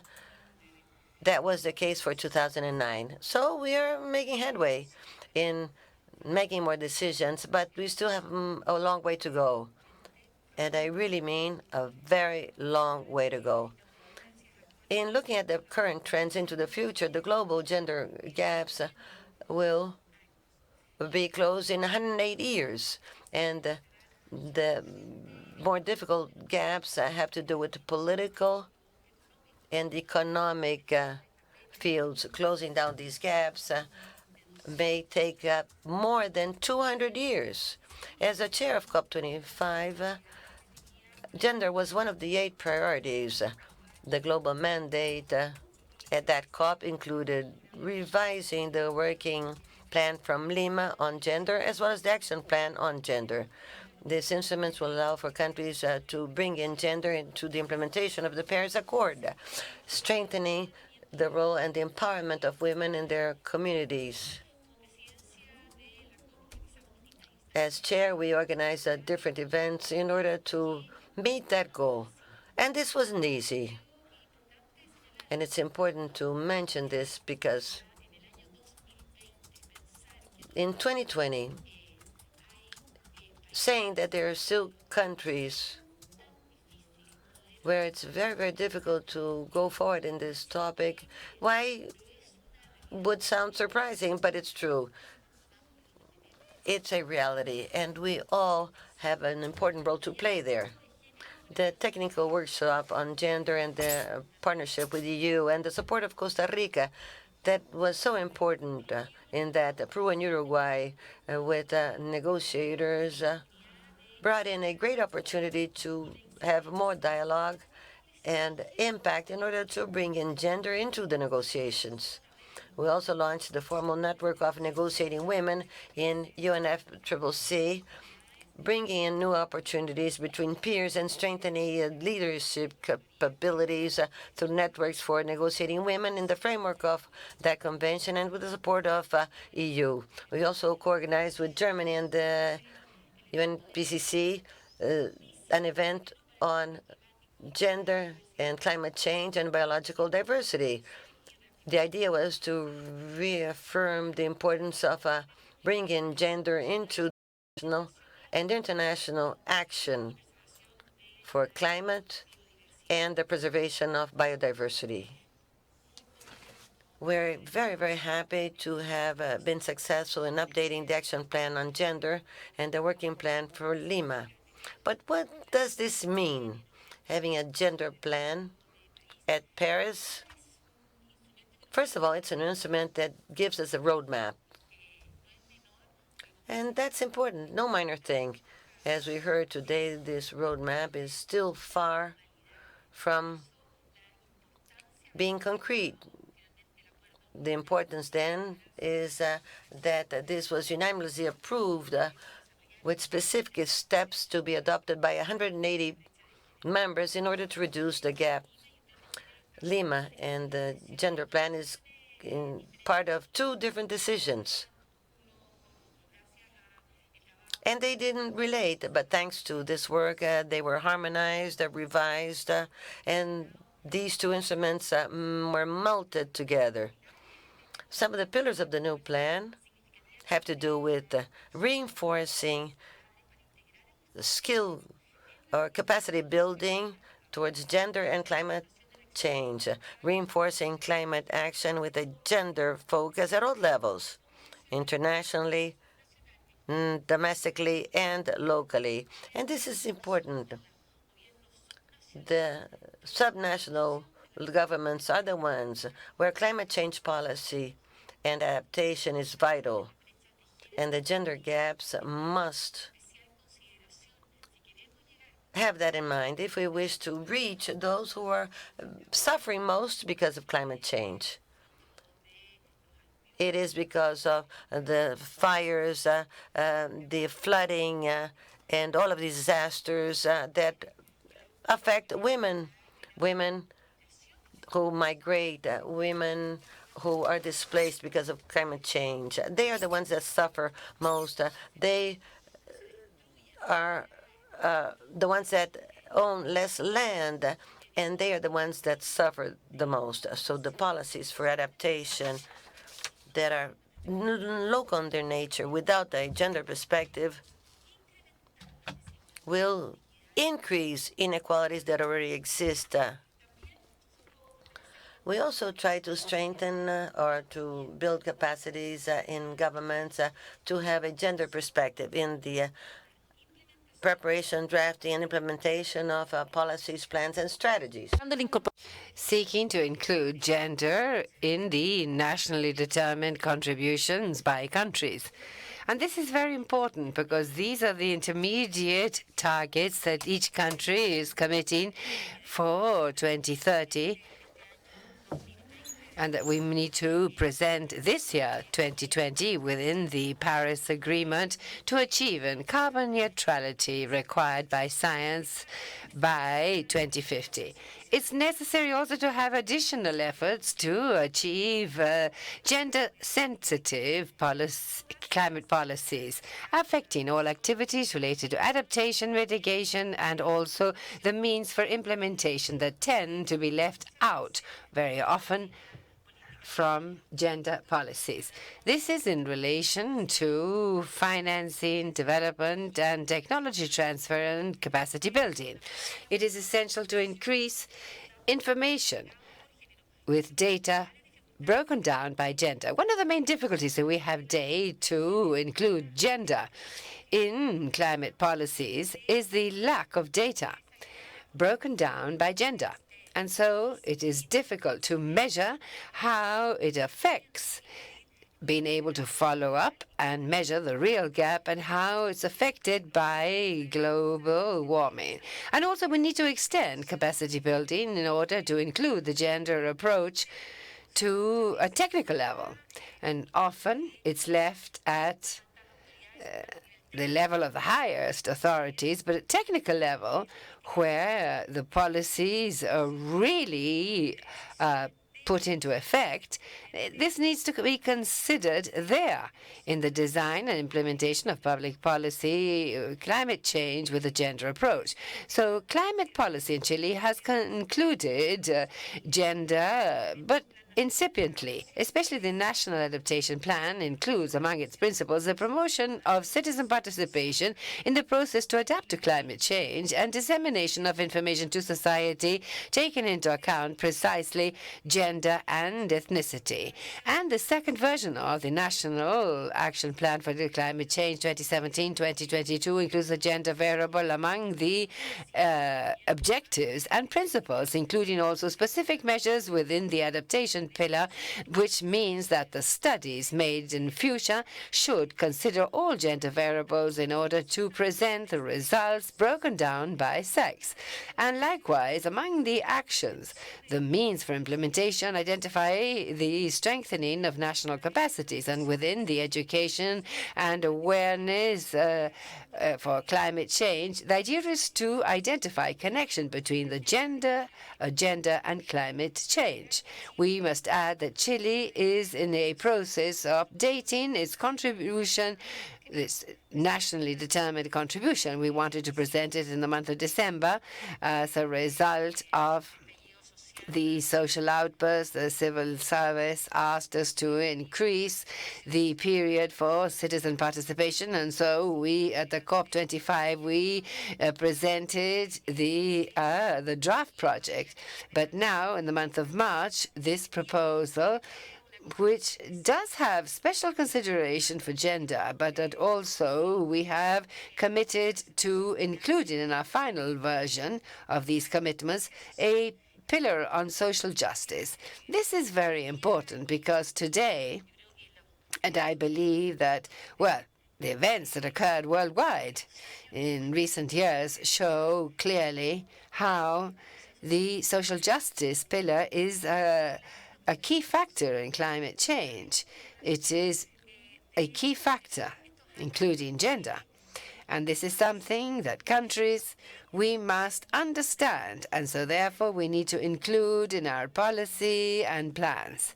And this is one of the changes, I would say one of the most important changes we are considering, especially in the measures affecting not only climate change action, but also transition toward a low-emission development and climate resilient.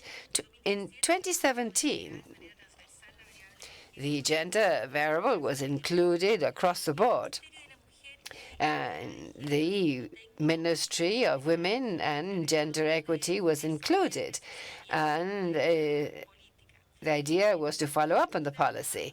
The work structure is added to the recent formation of Gender and Climate Change, formed last January 23rd, with the presence of 25 public services. The aim was to devise a short and medium-term agenda on climate change policy, but focused differently from men and women. And then baselines, the Ministry of the Environment within the NDC support program, and the idea was to identify targets related to climate change. Among the main recommendations highlights the need to have a conceptual and methodological framework with a gender perspective, which is a lack, a very important one. And the second, once again, insistence regarding the relevance of having gender broken down data. One of the themes that we saw in relation to Latin America and the Caribbean is an important lack in terms of this data. Today, most of the information taken for decision-making, and this is the key important to improve the gender perspective ahead. The follow-up, the first diagnosis done in May 2019 with the financial support by the Grand Duchy of Luxembourg will lead to a study to systematize data on gender and climate change in Chile and so determine sectoral indicators to identify gender gap and climate change indicators by sector.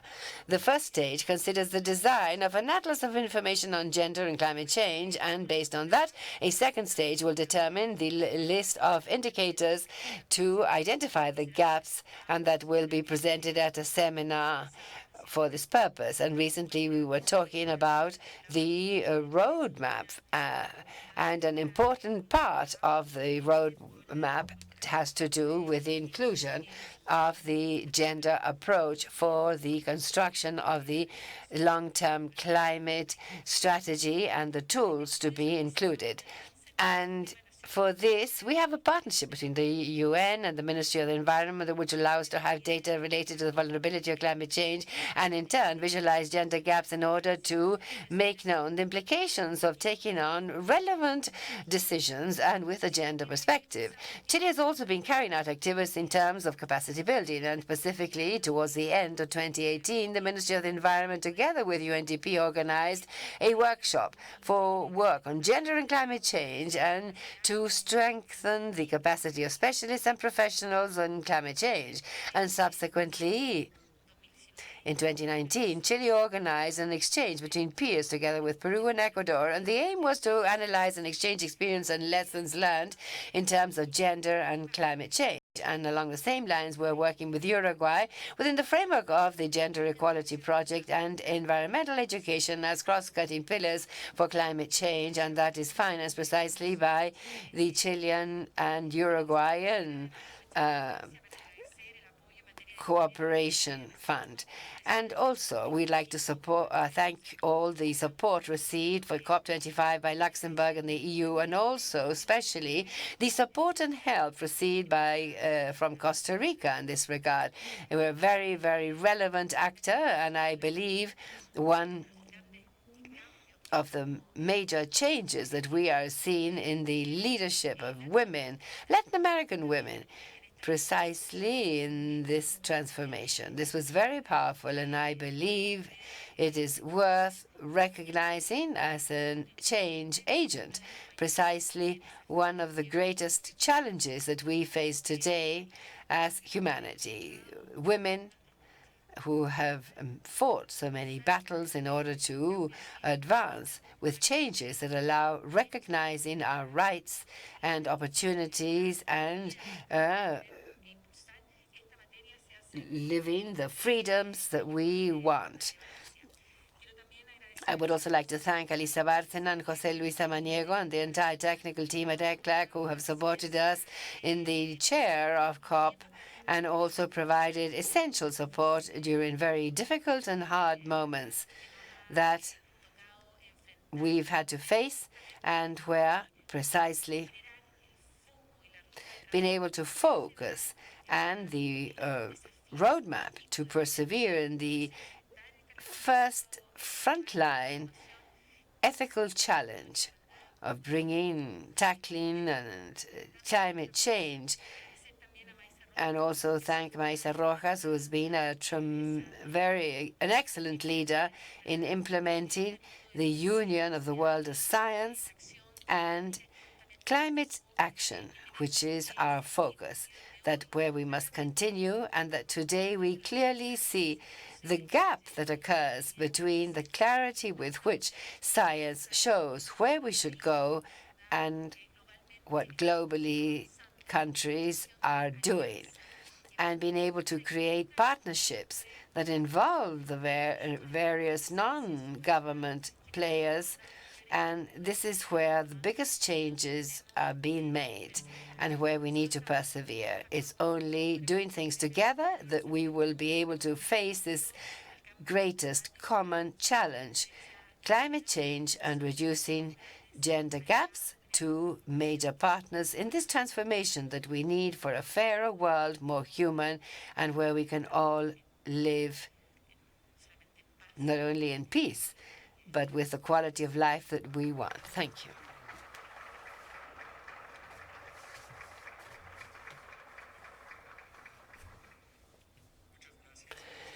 Thank you, Minister.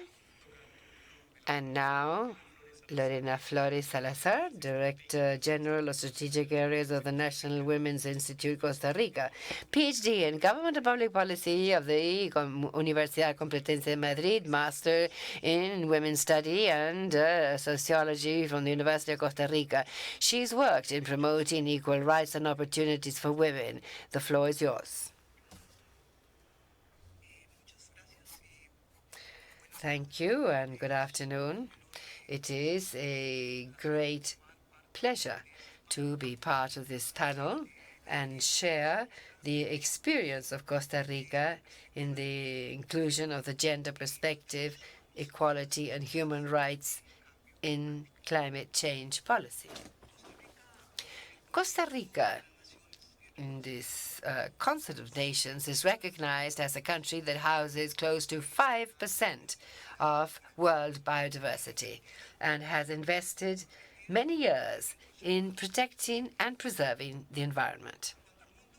When the world faces the serious impact of climate change and the urgency of preserving life on this planet devised public policy to mitigate and adapt in order to address climate change. We understand that this effort as a country requires including various sectors and instances, especially the active inclusion of women in all their full diversity. Based on our experience, we identified 5 keys that have allowed us to move ahead, and today we would like to share in order to contribute effectively to reducing the impact of climate change within a framework of equality between men and women.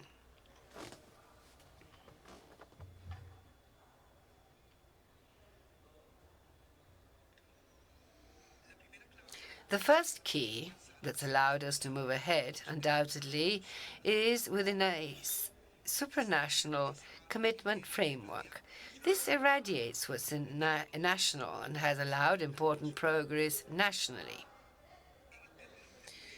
in terms of policy and compacts. International instruments, especially the Framework Convention of the United Nations on Climate Change, that promotes the inclusion of the gender perspective as a cross-cutting pillar for climate change policy, is a matter of utmost relevance. And within this framework, and in line with the Paris Accord and other agreements such as COP23, MON 27, and we have the Gender Action Plan. As we were saying, these supranational commitments enrich the national initiatives and are expressed via compacts, policies, and programs.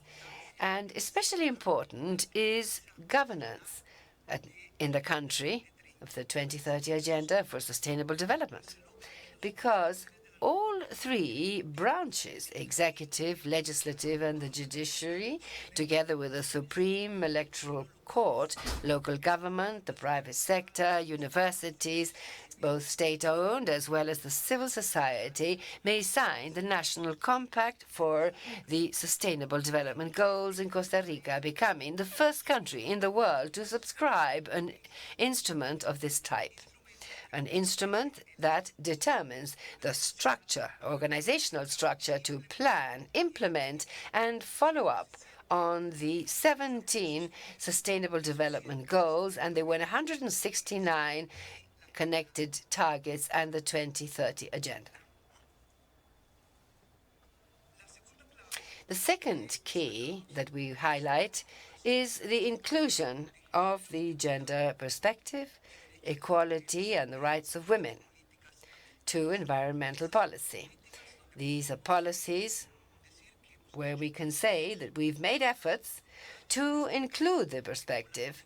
We have the national policy on biodiversity, the national strategy on biodiversity, the national policy on risk management, the national policy on adaptation to climate change, the national plan for decarbonization, and the gender equality policy for agriculture and rural areas.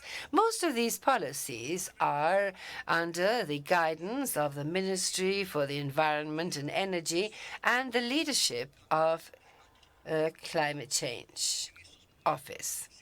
Right now, without a doubt, the challenge facing the country has to do with materializing these commitments, these environmental policies with a gender and equality perspective. It's necessary to go beyond mere good intentions and paper-based proposals. It is essential to have the technical support and advice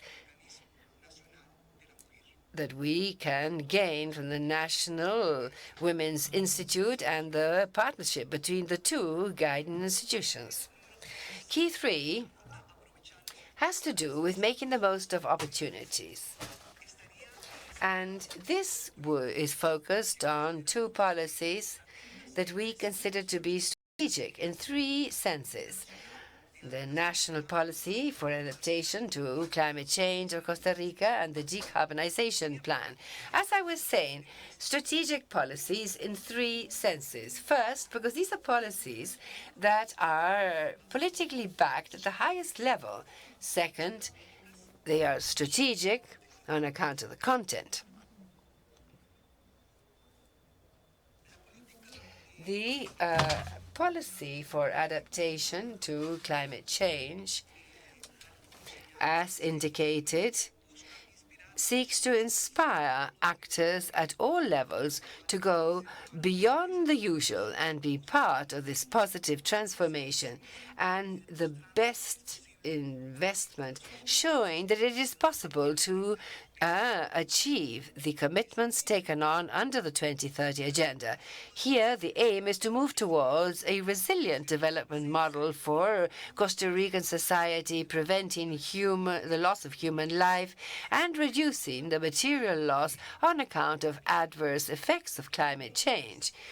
The strategic part of the policy is that it aims towards resilience, which is a key factor in order to combine this with the risk of disasters and its impact on women. And the decarbonization plan comprises 10 axes. Change in order to reduce the greenhouse gas effects and encourages modernization of the economy to achieve green growth. Third, both policies are also opportunities to achieve active participation by women in decision-making at all levels. The fourth key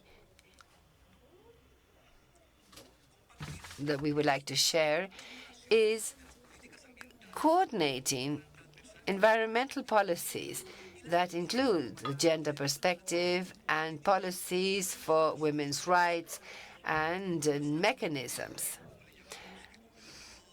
The period 2007-2017 did not have guidelines linked to climate change, nor risk management, nor anything directly linked to the protection of the environment. But the second stage, 2018-2030, speaks of making visible inequalities facing women and climate change.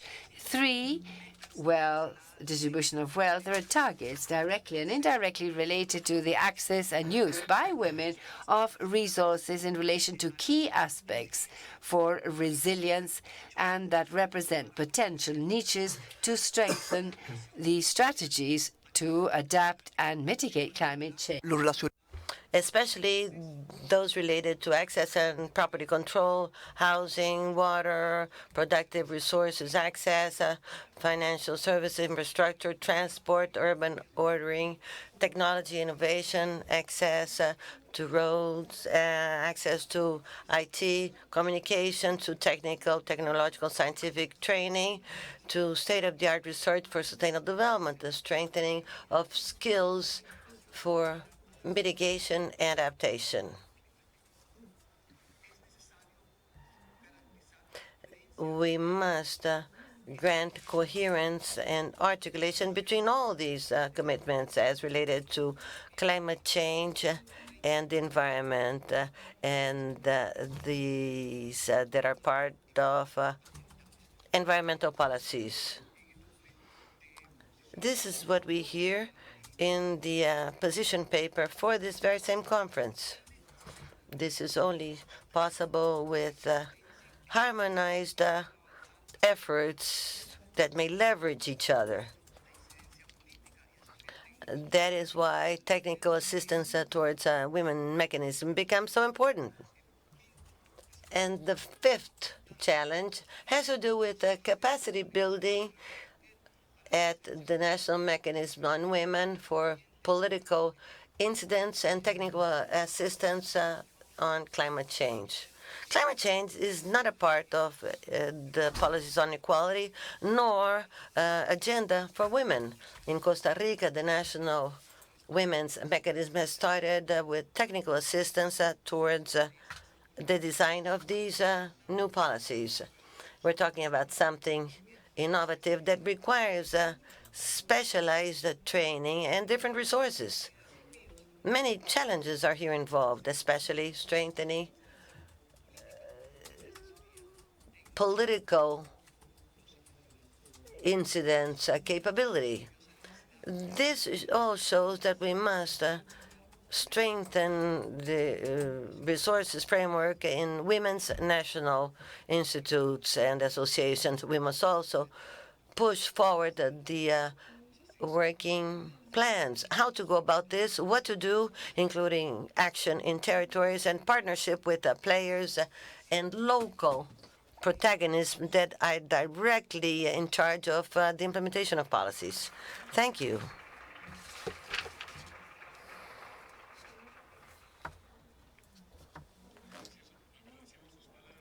Thank you. We now give the floor to Jacinta Higgs, Director of the Gender and Family Affairs from the Social Service Minister, Bahamas.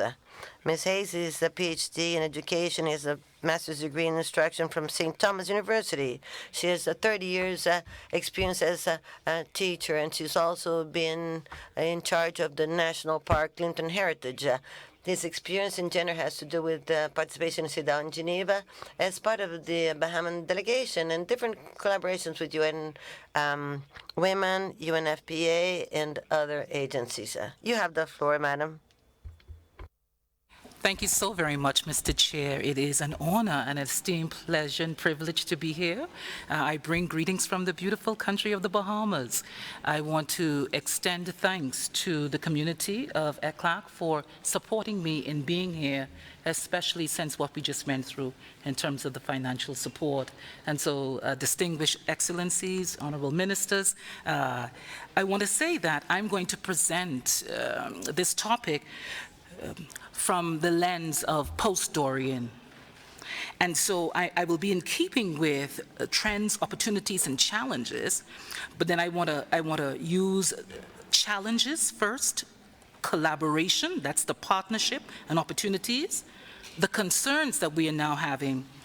We want to talk about celebrations because it was rough, it was hard, it was unprecedented, but there are always celebrations. And she talked about resilience. And then finally, I want to talk about commitments going forward with regards to how do we take the documents, the international conventions, and really put them on the ground where it matters most. See, because documents, I've worked with documents all my life. But it's when you have to go on the ground and then show cause as to your stewardship. And so Dorian, spiritually enough, is of Greek origin, and it means tempestuous weather. And there is also another meaning you'll find online that means a force from the sea. And I want to attest that after 5 months, 400,000 Bahamians will never be the same again, because we experienced the full wrath of a 25 feet surge of dark, deep, black ocean water that literally rushed on the shores and moved everything in its path. And so on September 1st, 2nd, and 3rd, as the eye of Hurricane Dorian made landfall on 2 northern islands, Abaco and Grand Bahama, with maximum sustained winds of 295 kilometers per hour, it was the strongest Atlantic hurricane on record that ever affected the Bahamas. Dorian dropped over 3, in some cases 5 feet of water, many of our islands. It killed 70 people according to official records. But the narrative of the wives and the mothers and the children and the husbands account that hundreds were washed away into the ocean. And many bodies, people say, are still under the rubble. Dorian destroyed the entire power grid in northern Abaco and East Grand Bahama, which resulted in no electricity for days, no water, no telecommunications. The sewer services all interrupted life.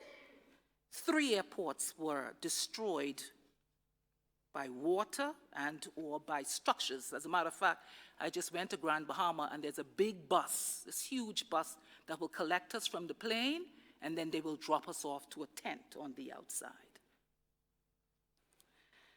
And so 90% of the structure in Marsh Harbor is gone. And please note that Abaco brings in 1/3 of our national income, revenue generation, and Grand Bahama brings in the next 1/3. And then my island brings in the largest. 2 of the Haitian communities, and I really want to give love and recognition to Honorable Minister Eveline Saint-Ville from Haiti. I am so thankful that she agreed to meet with me before I leave so that she and I could collaborate on ways in which she can come and help my people. Because God knows I will do all I can, but I cannot speak Creole. And most of them have been affected, and we do have translators, etc. But there is a beauty when you can find leadership from those in authority. And so Dorian decimated 600 homes of those Haitian nationals. Decimated. I just came back from Dorian a week before coming here, and right now, if it rains for a few days, you will see a beautiful lawn. Literally gone. All right. Unfortunately, we have had accounts of some of the illegal Haitian immigrants hiding in the bushes because they couldn't take heed to the announcements to come out for fear of being captured.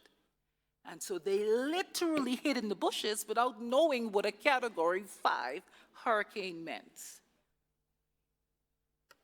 And so tornadoes severely damaged more than 15,000 homes, stores, buildings, hotels, restaurants, and boutique stores that were along the line of Abaco. They've been washed off in the ocean. There is nothing there except rubble. Cars on top of trees and houses and lampposts all snapped. No tree left unbent, no rock left unturned. And so, unprecedented, catastrophic humanitarian crisis as over 70,000 persons, many of whom are immigrant women from Haiti, were left homeless and displaced. They were brought to New Providence, and so thank God, again, we now want to talk about the collaboration. In the first 5 weeks, thank God for opportunities for partnership. And I'm talking real opportunity. We are forever thankful to the Caribbean countries who were there for us with regards to donations. We are thankful to United Kingdom, Trinidad and Tobago, Netherlands, Canada, United States, and Jamaica for sending in the armed forces because anarchy resulted thereafter. And so we're also thankful for Alison Drayton and UNFPA. I am the director of Gender and Family Affairs, and after the hurricane, I was numb. I just sat, we turned up to work on my island, and we just sat there because I didn't know what to do. And when I saw Alison Drayton and her team of experts from UNFPA, I will never forget that. So I want you to understand that when you write documents, please don't forget the human aspect. Please don't forget that.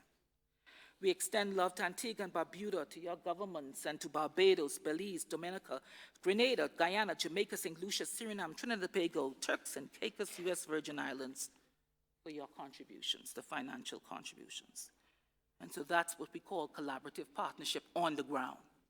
I'm very thankful to ECLAC, and I'm coming to you at the very end, ECLAC, for time permitting, to show you ways in which you already came and did your assessment, and blessed be God, you came, and you have photos that I don't even have access to. So now I would like to share with you how we would like to partner with that. With regards to celebrations, the government moved with the partnerships and immediately began to evacuate thousands of people. We opened 10 shelters right away. My department was directly working with them. 3,000 families were placed in some of those shelters, and 50,000 were squeezed in the homes of their families, and grandmothers had to take in all their children from Abaco, plus their grandchildren, and just putting the strain on the homes. The sewer system, the water system, the food, the money. The greatest capacity of humanity and generosity and love and spiritual beauty was witnessed from civil society, Hands from Hunger, Red Cross, World Kitchen, Samaritan's Purse. Thousands of children and family and organizations from all over the world sent toys and books and supplies. I mean, it was heartwarming to see the generosity of the world. The Bahamas government ceased all repatriation exercises for illegal immigrants for 3 months. All legal migrants who lost official documents, certificates, driver's license, passports, they were invited to submit for replacement free of charge. Many of the shelteries have now returned to Abaco. 2 of them still remain open, and we have to move them from the gym where it's open, and we just leased a motel with 50 rooms and 4 quarters, so just so they each have their privacy. But again, that's only temporary because the money is not there to sustain long-term. I thank God for the training, capacity building. Civil servants got mobile homes. The areas are now designated as economic recovery zones for the next 3 months. And so the concerns 5 months later, The hurricane season is coming again, and yet thousands of homes have holes on them. And their structures have been deemed weakened. Hundreds of women and girls have been displaced, and we don't know how much GBV, SEA have happened to them. Hundreds of women being displaced, head of family households, they don't have more money, all their savings have been gone. And so I say that to say, every dollar is important, every resource, and as we now want to move to commitments, I'm asking ECLAC to please use the Bahamas as a model to show that some of the things that we have written is possible as we move towards the SDG. Help us with the research, help us with the best practices, help us with the tools, help us with the templates to record and do a manual so that next time we will be much more prepared. At this point, I can't explain it to you. I can't explain it to you because I was shocked myself. It really looks like a war zone. I would like the technician to just show a brief video, please. Thank you very much.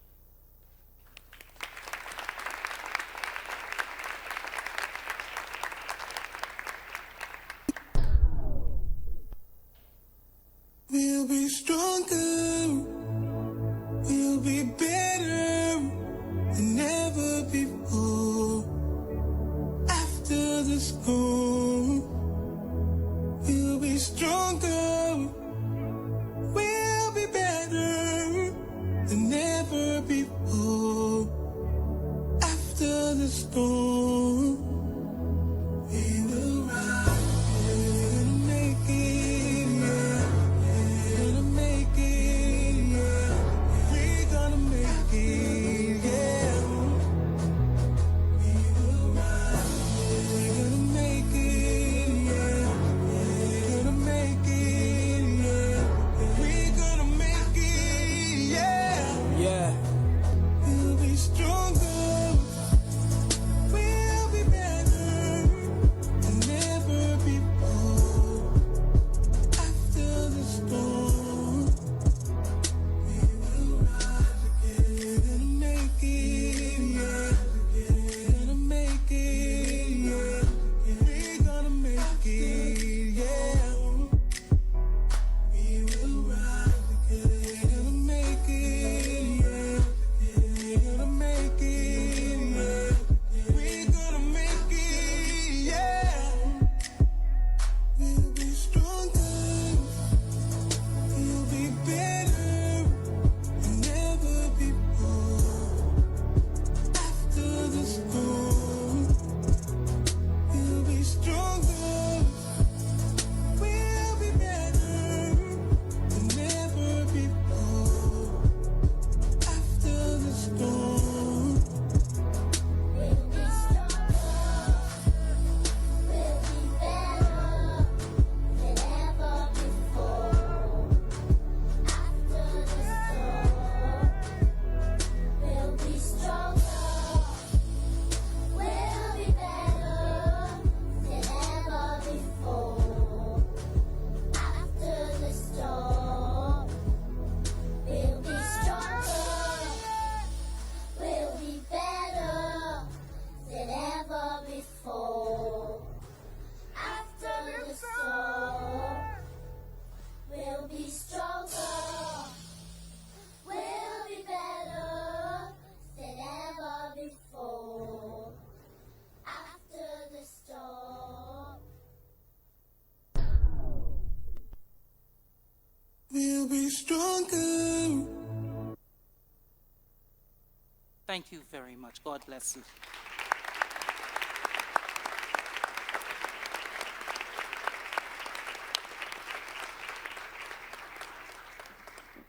Thank you for your testimony. No quiero yo tomar ni un segundo de la discusión, así que doy la palabra a la señora Jane Summer, secretaria general de la Asociación de Estados del Caribe, doctora en Historia de la Universidad de las Indias Occidentales. Fue la primera mujer en convertirse en embajadora de Santa Lucía ante la Organización de Estados del Caribe Oriental y CARICOM, responsable de asuntos de la diáspora, cargo que ocupó entre 2008 y 2016. También fue la primera mujer en servir como comisionada de la Organización de Estados del Caribe Oriental y ser ratificada como secretaria general de la Asociación de Estados del Caribe. Ms. Sumer, you have the floor. Thank you very much. After that, I should not be the one presenting immediately after such an emotional presentation. But I would like to thank all the UN agencies who made it possible for me to be here. Special thanks, of course, to Alicia Bacena, who ensures that the ACS is never left out of these meetings, and also to the government of Chile for their warm welcome. 25 years after Beijing, 25 years after the formation of the Association of Caribbean States, the 25 members of my association, the 25 full members of my association, adopted a 2019 to 2021 work program around the theme Uniting Efforts in the Caribbean to Face Climate Change. And so I have to tell you that as the first female to head this organization, the first thing I did on assuming office was to call the ECLAC office to say, I need gender and youth mainstreamed into the work program of the organization. So I'd also like to thank UN ECLAC Trinidad and Tobago for doing that, and also for helping us to mainstream and to develop within our work programs the targets for the Sustainable Development Goals. So right now the ACS is tackling 14 of the 17 goals. So we have a program of work that focuses on climate change. And we have a Directorate of Disaster Risk Reduction, Environment and the Caribbean Sea doing that.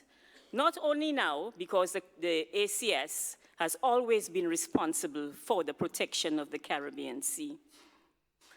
But now, with the impact of climate change, we are trying to ensure that we help our governments to put things in place to build resilience in our countries to face climate change. Because despite what the topic says about trends, this is not a trend. It cannot be a trend when every year our countries go through what the Bahamas has said. Every year we face the earthquakes. Every year we face the floods. Every year we face the droughts. Every year we face rains and winds that are beyond imagination. When Maria hit Dominica, it did not record as a Category 5 hurricane. It recorded as an earthquake because of its intensity. And so this is our new normal in the ACS member states. And as the minister from Chile has indicated, one of the things we do not have at our fingertips is the statistics to tell us what's happening. So for my presentation, I went deep to find numbers to be able to share with you. And so I will do that as I look at the various impacts and what is happening to women with climate change, because climate change affects women differently to men, and that's the first thing we have to realize. Because of the inequality, because of the poverty, because of the location of women at the bottom of the social ladder, we are affected differently by climate change. Because of the fact that we are the rural women who work the land, because our work is undervalued, because our work, we do not get paid for our work, we are affected differently. And one of the major things about climate change, and the director said it, is that we do not know what happens to the women after the storms. So we find throughout the region, and we do not have the numbers, but we know that there is increase in trafficking of women. That is one of the major impacts. For the first time in the region, we have climate refugees. We never had that before. What happens to the women in these situations? We need to be able, And I saw the minister looking at Alicia when she was talking about statistics. I will be looking at Alicia also with regard to statistics so that we can get some work done on this. The 2018 World Bank report showed that in Latin America and the Caribbean, more than 2.8% of the population will be displaced after a disaster. Who will be the ones displaced? I can tell you because I found some statistics. We have more than 156 million women in the ACS member states. These are the people who are going to be displaced in disasters.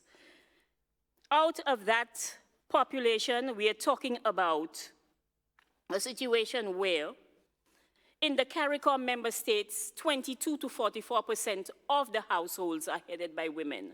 And the only reason why it's so low, I'm saying it's low, because we know in reality that the definition does not reflect the fact that women head most of the households. As long as you have a male in the house, you are not the head of the household, according to the definition. And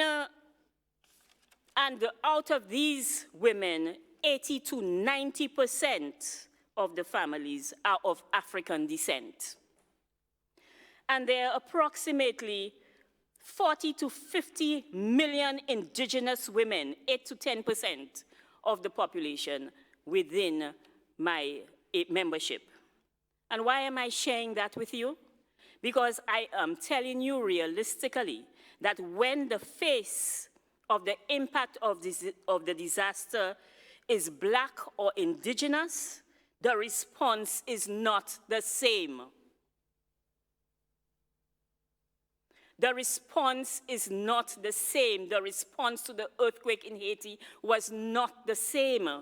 The response to the Bahamas was not the same. If it was not for Caribbean people, the response to Antigua and Barbuda, where we had to evacuate a whole island, was not the same. And even when the rest of the world catches up, it is only temporary. It is only temporary for a week or two, a month, and that's it, and we are left to fend for ourselves. I am appealing to the Latin American and Caribbean women in this room to make a case for the even more unequal women in this room, because there are many of us, and we need to be able to say these things and to tackle these things openly. The other issue has to do with the fact that after a hurricane, or after an earthquake, or after a flood, it is the women who are expected to pick up the pieces. These women are already traumatized, they have already lost everything, and they are expected to be the caregivers. I was looking at a report on the BBC 2 days ago in my hotel room, and it said that the unpaid work of women in Great Britain on an annual basis was £70 billion. We don't have these statistics in the region. We don't know what and we have been so used to not being paid. If the United Kingdom's greatest contribution is from women who are unpaid, because that amount does not come from oil, it comes from the unpaid work of women, what about our region? We need to be able to get a handle on this. There are many opportunities, therefore, for us to do the work, quite apart from the statistics that we know, which we need gender-specific statistics. We also need to be able to build capacity for women. And I mean capacity in relation to technology. We need to know, and these women need to know where their children are located after a storm. So we have to be able, they're on social media. I know that this morning we said they didn't have access. A lot of them have access. We can build a simple app that can help us to track communities, give women responsibility for their communities, speak to them, train them. In Dominica, when they went into the shelters, women were saying, and I was surprised, they spoke to women in the shelters because normally they don't speak to us. And worse than that, they make policies without consulting us. So Speak to the women. Make sure that you understand that they are also victims of whatever happens. We have opportunities to train them to take care of their communities. We have the opportunities to train them to take care of the sick and disabled. We have opportunities to train them to protect young women and children. And we have to put resources into that. We need to stop taking advantage of women's work, simply. And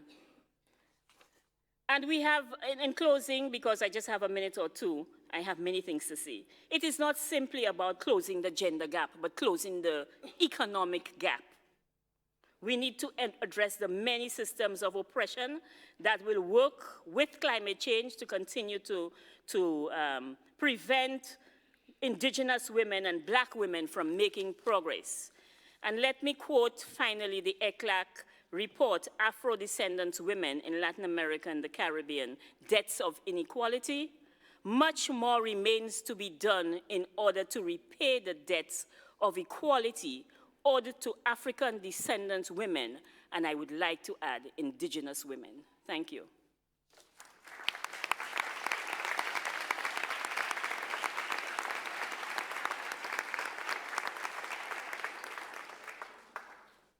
Muchas gracias, señora Sums. Toca el turno a Maisa Rojas, directora del Centro de Ciencia del Clima y la Resiliencia, CR2. Doctora en Ciencias Atmosféricas de la Universidad de Oxford, Inglaterra, experta en variabilidad climática y en la generación de proyecciones de cambio climático para Chile. Fue autora principal del capítulo paleoclimático para el 5º informe de evaluación del Panel Intergubernamental de Cambio Climático, el IPCC. También fue miembro de la Comisión Presidencial para el Cambio Climático y Agricultura. Participa frecuentemente en proyectos para la elaboración de política pública relacionados con el cambio climático para el Ministerio de Medio Ambiente. Es presidente del Comité Científico de la COP25 para Chile e integró también el Comité Asesor Presidencial para la COP25 del Gobierno de Chile. Maisa. Primero que nada, muchas gracias por la invitación y muchas gracias, ministra, por sus amables palabras. Muchas gracias por invitarme a hablar de un tema del cual no hablo mucho y que es la relación entre cambio climático y el género. Tanto los objetivos de enfrentar el cambio climático como de terminar con la desigualdad de género son dos de los ODS y por lo tanto están íntimamente vinculados. Y en particular, enfrentar el cambio climático y hacerlo con la necesidad urgente y ambiciosa, del cual lamentablemente estamos aún bastante lejos, nos van a ayudar a evitar los peores impactos del cambio climático. Hacer el esfuerzo por limitar el calentamiento a 1,5 grados nos va a permitir en la gran mayoría de los casos también enfrentar de manera muy sinérgica los otros ODS y así lo demuestra un informe muy influyente del IPCC que se publicó, ¿verdad?, en el año 2018, el informe de 1,5 grados. En la medida que más nos demoremos en enfrentar el cambio climático, más difícil también nos va a ser enfrentar estos otros objetivos. Estaba mirando la estrategia de Montevideo y leo que hay 4 nudos para poder implementar o avanzar hacia la igualdad de género en la región. Y los voy a leer acá y voy a decir algunas reflexiones al respecto. Dice: división sexual del trabajo, injusta organización social del cuidado, escuchamos en el panel anterior bastante sobre esto, concentración del poder y relación de jerarquía en el ámbito público. En cuanto al primer punto, la división sexual del trabajo, yo también pertenezco a un área de la actividad humana en que hay bastante desigualdad. Las áreas de ciencia, tecnología, llamadas STEM, ¿verdad?, tienen a las mujeres muy subrepresentadas. Y cuando intentamos abordar estos temas y por qué debiera ser importante, uno de las razones por la cual es tan importante abordar esta desigualdad es justamente el tema de la diversidad que necesitamos, de la creatividad que necesitamos para enfrentar estos problemas complejos que son el telón de fondo del siglo XXI. Problemas complejos que son probablemente el resultado de una manera que venimos haciendo y desarrollando, ¿no? En los últimos 2 siglos, por decir un número, uno podría pensar de que es incluso más tiempo.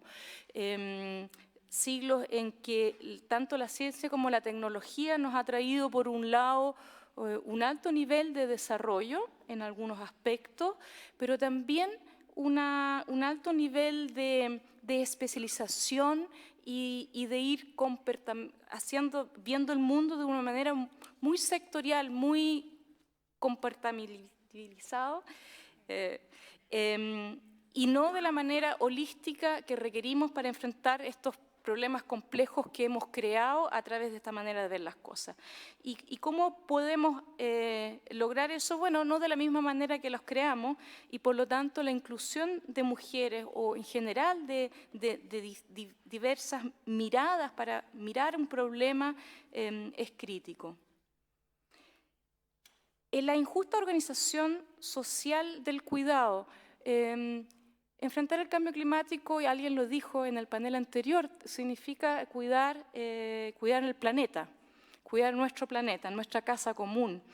Y si somos las mujeres nomás que nos preocupamos del cuidado y los hombres, por lo tanto, no cuidan, y el cambio climático es un síntoma de no haber cuidado el planeta, entonces, ¿cómo vamos a cuidarlo si no tenemos hombres que también sepan cuidar su casa propia, sea físicamente, o su casa propia sea este planeta? Entonces, a mí me parece evidente que para enfrentar este desafío vamos a tener que compartir ese cuidado. Concentración del poder. También yo creo que se puede argumentar bastante fácilmente de que el calentamiento global, el hecho de que la temperatura del planeta esté aumentando, no es otra cosa que un síntoma de una manera de organizarnos y de desarrollarnos, en que han sido muy pocos los que han tenido la posibilidad de definir ese desarrollo. Y para cambiarlo vamos a tener que compartir ese poder, o vamos a tener que compartir la toma de decisiones, y lo dijo la ministra y se ha dicho en varias ocasiones ya, sobre todo en el tema de adaptación, cómo nos adaptamos a los impactos que ya tenemos. Evidentemente hay que hacerlo en los territorios, y para eso vamos a tener que permitir una participación mucho más activa de todos los actores, y entre ellos de las mujeres. Yo creo que lo mismo vale para el tema, este otro nudo, la jerarquía en el ámbito público. En general, la visibilización de las mujeres en el ámbito público también es claramente una deuda pendiente.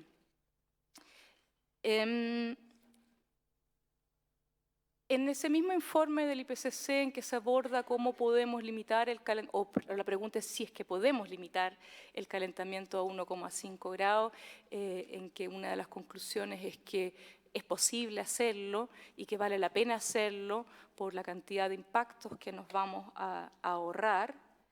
Se evalúa también la factibilidad de realizarlo. Y resulta que la factibilidad geofísica existe, y la factibilidad económica también, la factibilidad medioambiental también. Pero hay 2 otros ámbitos de factibilidad que nos debieran hacer reflexionar, y me hacen a mí reflexionar en particular después de todo lo que ocurrió después del estallido social en octubre en Chile, que es la factibilidad institucional y la factibilidad sociocultural. ¿Estamos nosotros como ciudadanos dispuestos a hacer los cambios estructurales para enfrentar el cambio climático? Probablemente no si es que vienen solamente impuestos desde un poder central. El cuidado, uno tiene que sentirse tanto empoderado para cuidar y también para realizar cambios que pudieran necesitarse para eso. Y la factibilidad institucional, también otra pregunta que se nos abre después de lo que ocurrió en octubre. Yo personalmente siento de que, a pesar de que ha sido, en palabras de desastre, un pequeño terremoto, un gran terremoto, también da la oportunidad, ¿verdad? Y así como la colega de Bahamas con el terrible desastre de huracán Dorian, que entre otras cosas nos recuerda exactamente de qué estamos hablando cuando hablamos de cambio climático, también habló de oportunidades, de colaboración. Se nos abre a Chile la oportunidad de darnos una institucionalidad que no solamente nos permita abordar la crisis social, sino la tremenda oportunidad de enfrentar también este telón de fondo del siglo XXI, que es el cambio climático. Y en todas esas áreas el rol de las mujeres va a ser fundamental. Sin nosotras no lo vamos a poder hacer simplemente. Muchas gracias.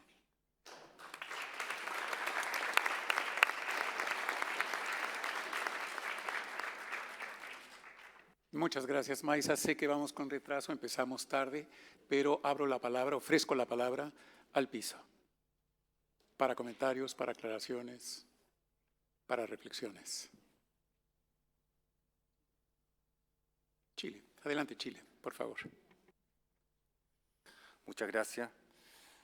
Presidenta, hemos escuchado atentamente las intervenciones de las panelistas.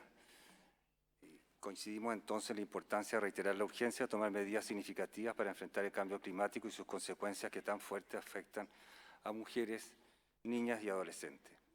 Es en este contexto que querríamos destacar algunos importantes logros obtenidos durante la COP25 en cuanto al plan de género. Se mejoró la implementación de la acción climática con perspectiva de género en todos sus niveles, mediante actividades que promueven soluciones tecnológicas con perspectiva de género. Se fomenta la plena participación y liderazgo de las mujeres y niñas en ciencia, tecnología, investigación y desarrollo. Se protege y preserva el conocimiento y las prácticas locales, indígenas y tradicionales en diferentes sectores. De la misma manera, el plan también invita a mejorar la disponibilidad de datos desagregados por sexo para poder realizar un análisis de género que contribuya a informar políticas y acciones climáticas. Finalmente, aun cuando no se relaciona directamente con el tema que nos convoca, pero sí con el contexto, quisiera felicitar a la presidenta, ministra Isabel Pla, por su decidida y destacada participación en el gran paso que Chile ha dado hace algunas horas al aprobar en su último trámite constitucional en la Cámara de Diputados, por unanimidad y apoyo transversal, la denominada Ley Gabriela. Esta ley, para quienes no están en la sala cuando usted la introdujo, amplía el delito de femicidio a las parejas sin convivencia y a los padres de hijos en común. De esta manera, esta ley tipifica un nuevo delito por razón de género que contempla cualquier asesinato a una mujer por el solo hecho de serlo. Muchas gracias por ello, ministra. Gracias. Tiene la palabra la secretaria ejecutiva de la CEPAL, Alicia Bárcena. Pero estoy cieguísimo. Argentina, por favor.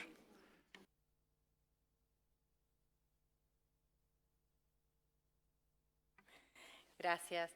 La verdad que además de muy importante panel, impactante algunos de los relatos que nos hacen pensar en la vida cotidiana la importancia que tiene esto que decía la compañera de poder pensar esto de manera holística, de poderlo pensar de manera integral. En ese sentido me parece que es muy importante también cómo en esto podemos empezar a recuperar desde nuestros países la visión de nuestros pueblos originarios que tenían justamente la visión del derecho de la tierra y no el derecho a la tierra. Y me parece que es un elemento muy importante cuando pensamos interseccionalmente también, no solamente los problemas, sino también las propuestas que nosotras podemos ir teniendo. Pero tomo la palabra para contar que hay algo muy auspicioso en nuestro país y es que no solamente se ha creado el ministerio que hemos venido a presentar, el Ministerio de las Mujeres, Género y Diversidad, sino que también se ha elevado la Secretaría de Ambiente a Ministerio de Ambiente, y que dentro de ese ministerio, sí, un aplauso, y que dentro del Ministerio de Ambiente hay una secretaría específica para trabajar cambio climático. Entonces creo que habla de una voluntad política importante de nuestro gobierno que ha asumido recientemente, pero también habla de una sociedad que toma estos elementos como bandera. Hace muy pocos días en Mendoza el gobierno provincial quiso dar marcha atrás con una ley provincial que protegía el territorio de algunas explotaciones mineras. Y hubo una gran movilización popular donde las mujeres, los feminismos tomaron como consigna que ni la tierra ni nuestros cuerpos son territorios de disputa, entonces ni de conquista. Entonces creo que es muy importante pensar integralmente esta tarea.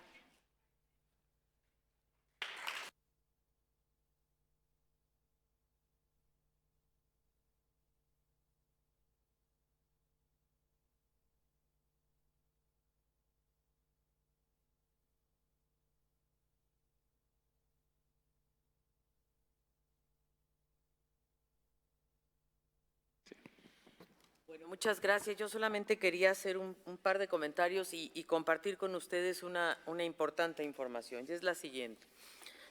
El próximo periodo de sesiones de la CEPAL se va a llevar a cabo en Costa Rica, del 24 al 29 de mayo, y el tema central que la CEPAL está proponiéndole, por supuesto, y Costa Rica más bien está muy activa en este tema, es ¿cómo podemos lograr la conciliación entre el crecimiento económico, la igualdad social y la sostenibilidad ambiental? Y para hacer este cambio estructural realmente en la matriz productiva, ¿cuáles son los sectores claves para lograr esta transición? Entonces estamos analizando el sector energético, el sector agropecuario, el sector forestal, las ciudades, el sector digital. Y estamos entonces analizando qué está pasando en la región hoy en estos 5 sectores y qué es lo que se tiene que lograr para cambiar totalmente la mirada productiva en estos 5 sectores. Y ahí yo quiero destacar que Chile y Costa Rica son los únicos 2 países que han hecho un compromiso de descarbonización en la región. Los demás países han hecho compromisos obviamente parciales, por ejemplo, en relación a la dimensión de género, hay 7 países que han incorporado la dimensión de género, que es Costa Rica, Cuba, Haití, México, Panamá, Perú y República Dominicana. Pero la preocupación que nosotros vemos es que nuestra región, de no ser por Chile y Costa Rica, se está carbonizando, es decir, no se está descarbonizando, se está carbonizando. Y yo creo que hay que estar muy atentos a esto, porque es verdad que nuestra región no emite gases de efecto invernadero, 8,3 será la emisión de nuestra región, pero no cabe duda que tampoco podemos subsistir con una matriz productiva extractiva, carbonizada, urbanizada desordenadamente, y que no tengamos las capacidades para transformar, un poco encontrar nuevas áreas de crecimiento y de creación de riqueza y de igualdad.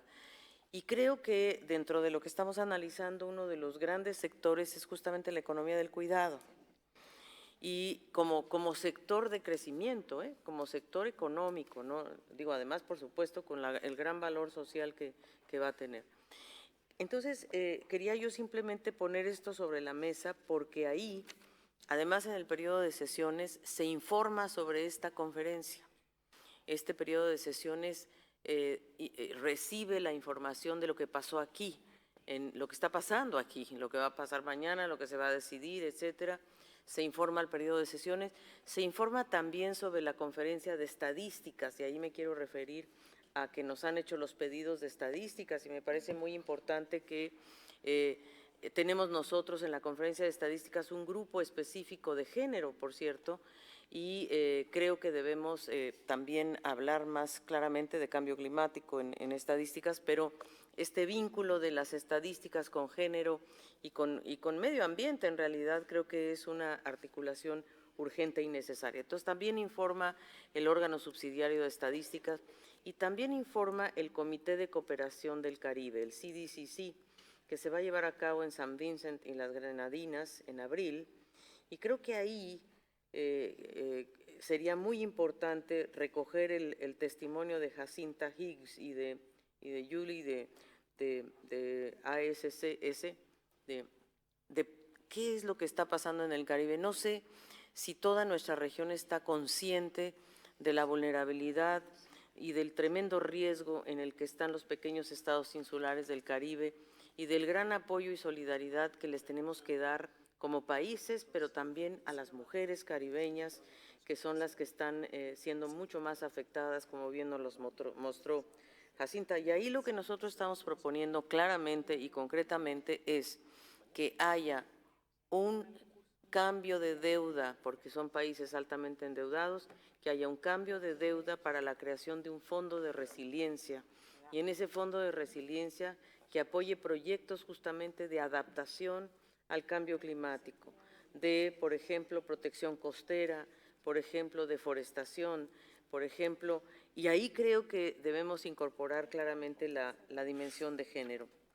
Entonces, me parece que además de los planes de acción sobre género, que además qué buena noticia nos ha dado Carolina de que se unieron este plan de Lima, que ya venía desde antes, digamos, y que se haya logrado esta articulación. Yo creo que es una muy buena noticia y es un gran logro de la COP25. Hablábamos con Carolina que de los 8 compromisos en la COP se lograron 7. Lo que pasa es que hay uno que no se logró y ese es el que ha sido la piedra angular, obstaculizando todo el avance. Entonces, pero sí me parece que desde esta conferencia tenemos que mandar un mensaje muy claro al periodo de sesiones de CEPAL. Por lo pronto les propongo, ¿verdad?, que haya un mensaje muy claro hacia allá de cuáles son los sectores, cuáles son las áreas en donde las mujeres también estaríamos de acuerdo en hacer un cambio estructural profundo. Creo que, y cómo la ciencia y la tecnología nos tiene que ayudar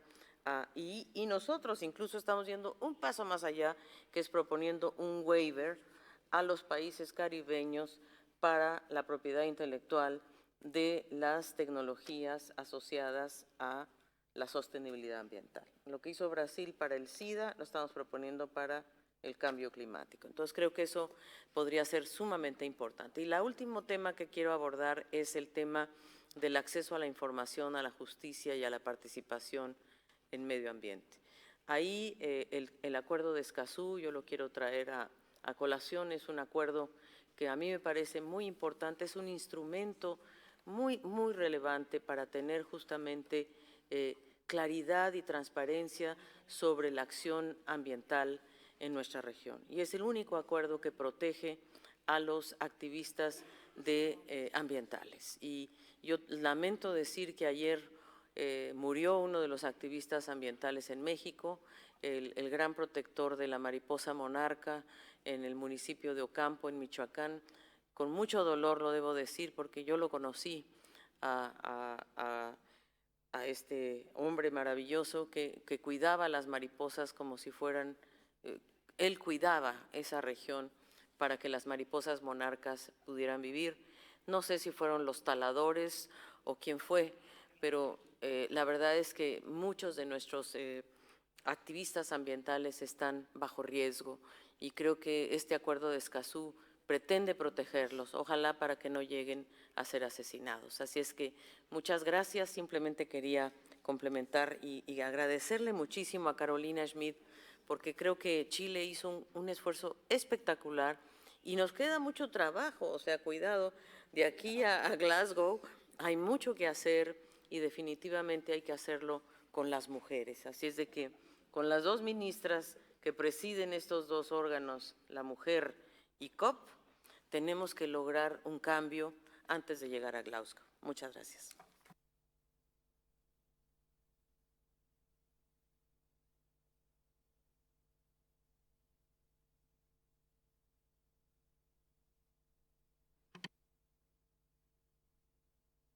Adelante, Costa Rica. Muchas gracias. Bueno, felicitarles por este panel realmente profundo y aprovechar las palabras de doña Alicia para darles la bienvenida en mayo a Costa Rica y esperamos acompañar las decisiones que tome la Asamblea desde la presidencia en ese momento con la experiencia de Costa Rica. Y yo quiero y no quiero que pase la oportunidad para compartirles que entre 2017 y 2018 Costa Rica se vio muy polarizada por un proceso electoral. Y cuando estábamos en todo ese proceso pensábamos, ¿cómo hacemos para salir adelante ante esta situación tan complicada? Y dijimos, tenemos que arraigarnos a los valores, aquellos valores que nos identifican y que son característica propia de la identidad del ser costarricense.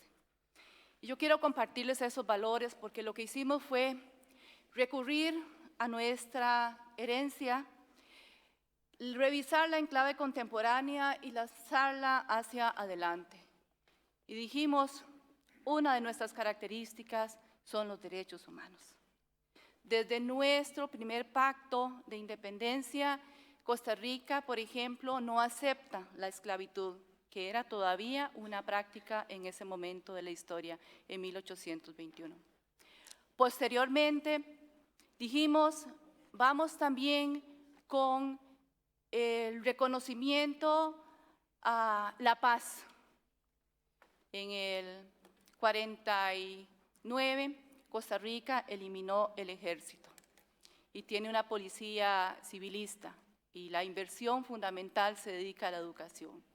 Entonces tenemos que fortalecer también muy decididamente todos los procesos de paz, pero también la educación como pilares fundantes de estas nuevas épocas que nos corresponden vivir. Y también dijimos, Costa Rica también tiene una democracia bastante sólida, bicentenaria, y una institucionalidad pública y un estado de bienestar bastante sólido. Hay que defender toda esta institucionalidad que tenemos. Tenemos que revisarla porque ya se agotó y tenemos que relanzarla para el tiempo que viene. Pero el cuarto componente también tiene que ver con lo ambiental. Costa Rica fue San José, la tercera ciudad del mundo, después de París y Nueva York, en tener luz eléctrica. Pero también es una ciudad, es un país que cuenta con 27 parques nacionales, 58 refugios de vida silvestre, 32 zonas protegidas, 15 zonas de humedales pantanosos, 11 reservas forestales y 8 reservas biológicas, lo mismo que otras 12 regiones de conservación que protegen los diversos hábitats naturales encontrados a lo largo de todo el país. Tenemos un 98% de nuestra matriz energética que es sostenible. Nuestra principal contaminante es la flotilla vehicular.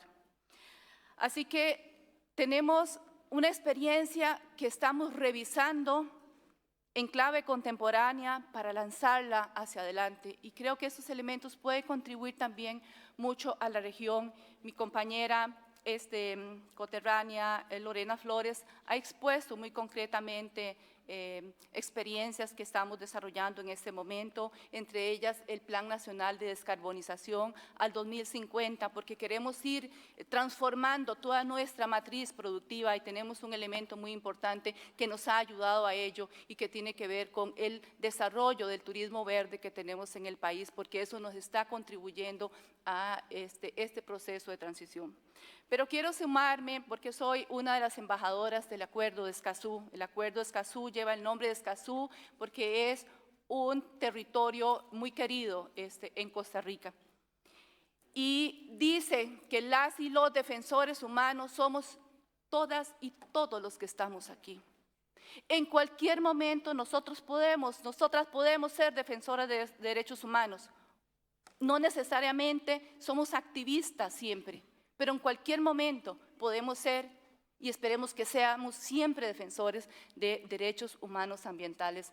Así que darles la bienvenida y compartirles en parte lo que hemos vivido estos últimos 2 años de reflexión a partir de un momento de mucha polarización y sacar lo mejor nuestro para adelante y para seguir apoyando a la región.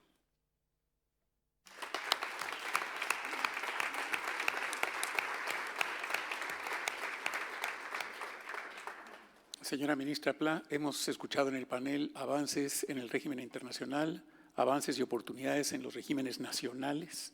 Hemos visto con palmaria claridad las vulnerabilidades de algunas regiones en América Latina, especialmente el Caribe y, por supuesto, Centroamérica, y dentro de esos países los grupos más expuestos, mujeres, mujeres afrodescendientes, mujeres indígenas.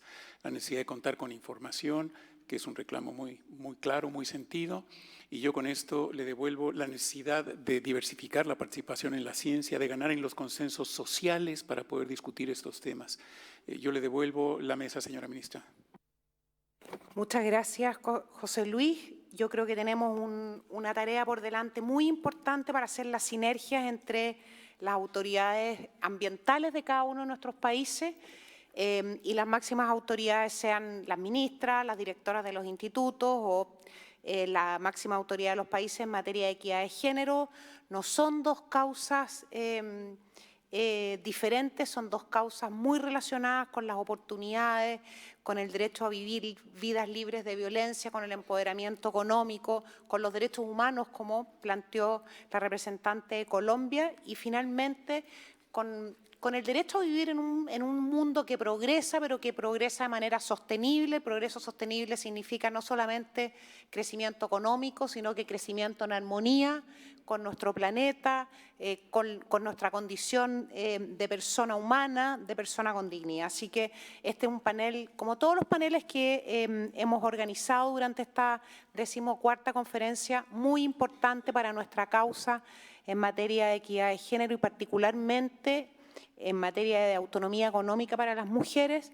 Considero que este sobre cambio climático era particularmente esencial porque es un tema también relativamente nuevo en los foros que debaten aspectos relacionados con la condición de la mujer. Así que quiero agradecer muy especialmente a mi colega de gabinete, Carolina Schmidt, que ha hecho un trabajo muy desafiante en circunstancias no fáciles frente a un tema no fácil hoy día, que genera tanto, quizás incluso más debate que el que genera la causa de la mujer. Le agradezco su participación, le agradezco también muy especialmente a José Luis Samaniego su trabajo para moderar este panel, a Ana Lorena Flores, a Jacinta Hikes, a John Sommer y a Maisa Rojas su participación, y a los países que han hecho comentarios sobre lo que hemos conversado esta tarde acá. Y antes de cerrar este tercer día de plenarios de la 14ª Conferencia Regional de la Mujer, quiero decirles que esperamos mañana poder dar a conocer el compromiso de Santiago. Hay todavía algunos espacios en los que se está trabajando. Tenemos mucha esperanza de poder cerrar esta conferencia en Chile de manera muy positiva y para que cada una de nosotros se vaya a sus respectivos países y gobiernos con mucha tarea por delante, con una hoja de ruta en común. Y con esto le voy a dar la palabra a Luis Yáñez, que tiene una intervención especial. Muchas gracias. Gracias, Presidenta. Mañana los trabajos se retoman a las 9 de la mañana. Como ha sido habitual, hay una intervención de la sociedad civil, Red Latinoamericana, la sociedad civil, mujeres, equidad de género, vida y familia. Invito a la representante, la señora Aranda, por favor, quien va a leer una declaración de esta red. Acá, por favor.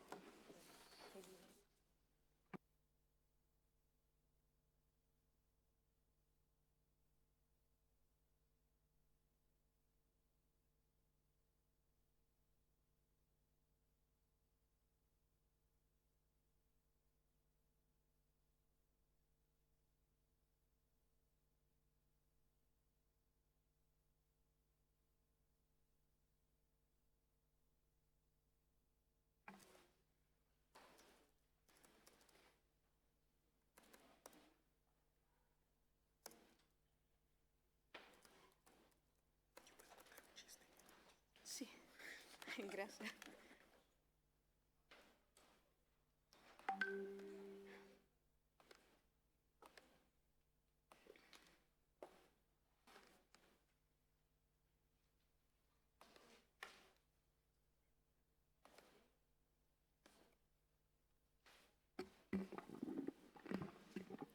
Presidenta, autoridades, representantes de la sociedad civil, reunidos en la CEPAL en el marco del 14ª Conferencia Regional sobre la Mujer de América Latina y el Caribe, empatizando y tomando en consideración el abuso y menosprecio sufrido por parte de millones de nosotras, las mujeres, a lo largo de la historia humana, y en vista de la búsqueda loable y justa de la valorización femenina en el contexto de un verdadero desarrollo sostenible, nos reunimos como organizaciones en la Red Latinoamericana de la Sociedad Civil, Mujeres, Equidad de Género, Vida y Familia, para expresar nuestro dolor respecto de la impunidad frente a estas injusticias y la violencia perpetrada.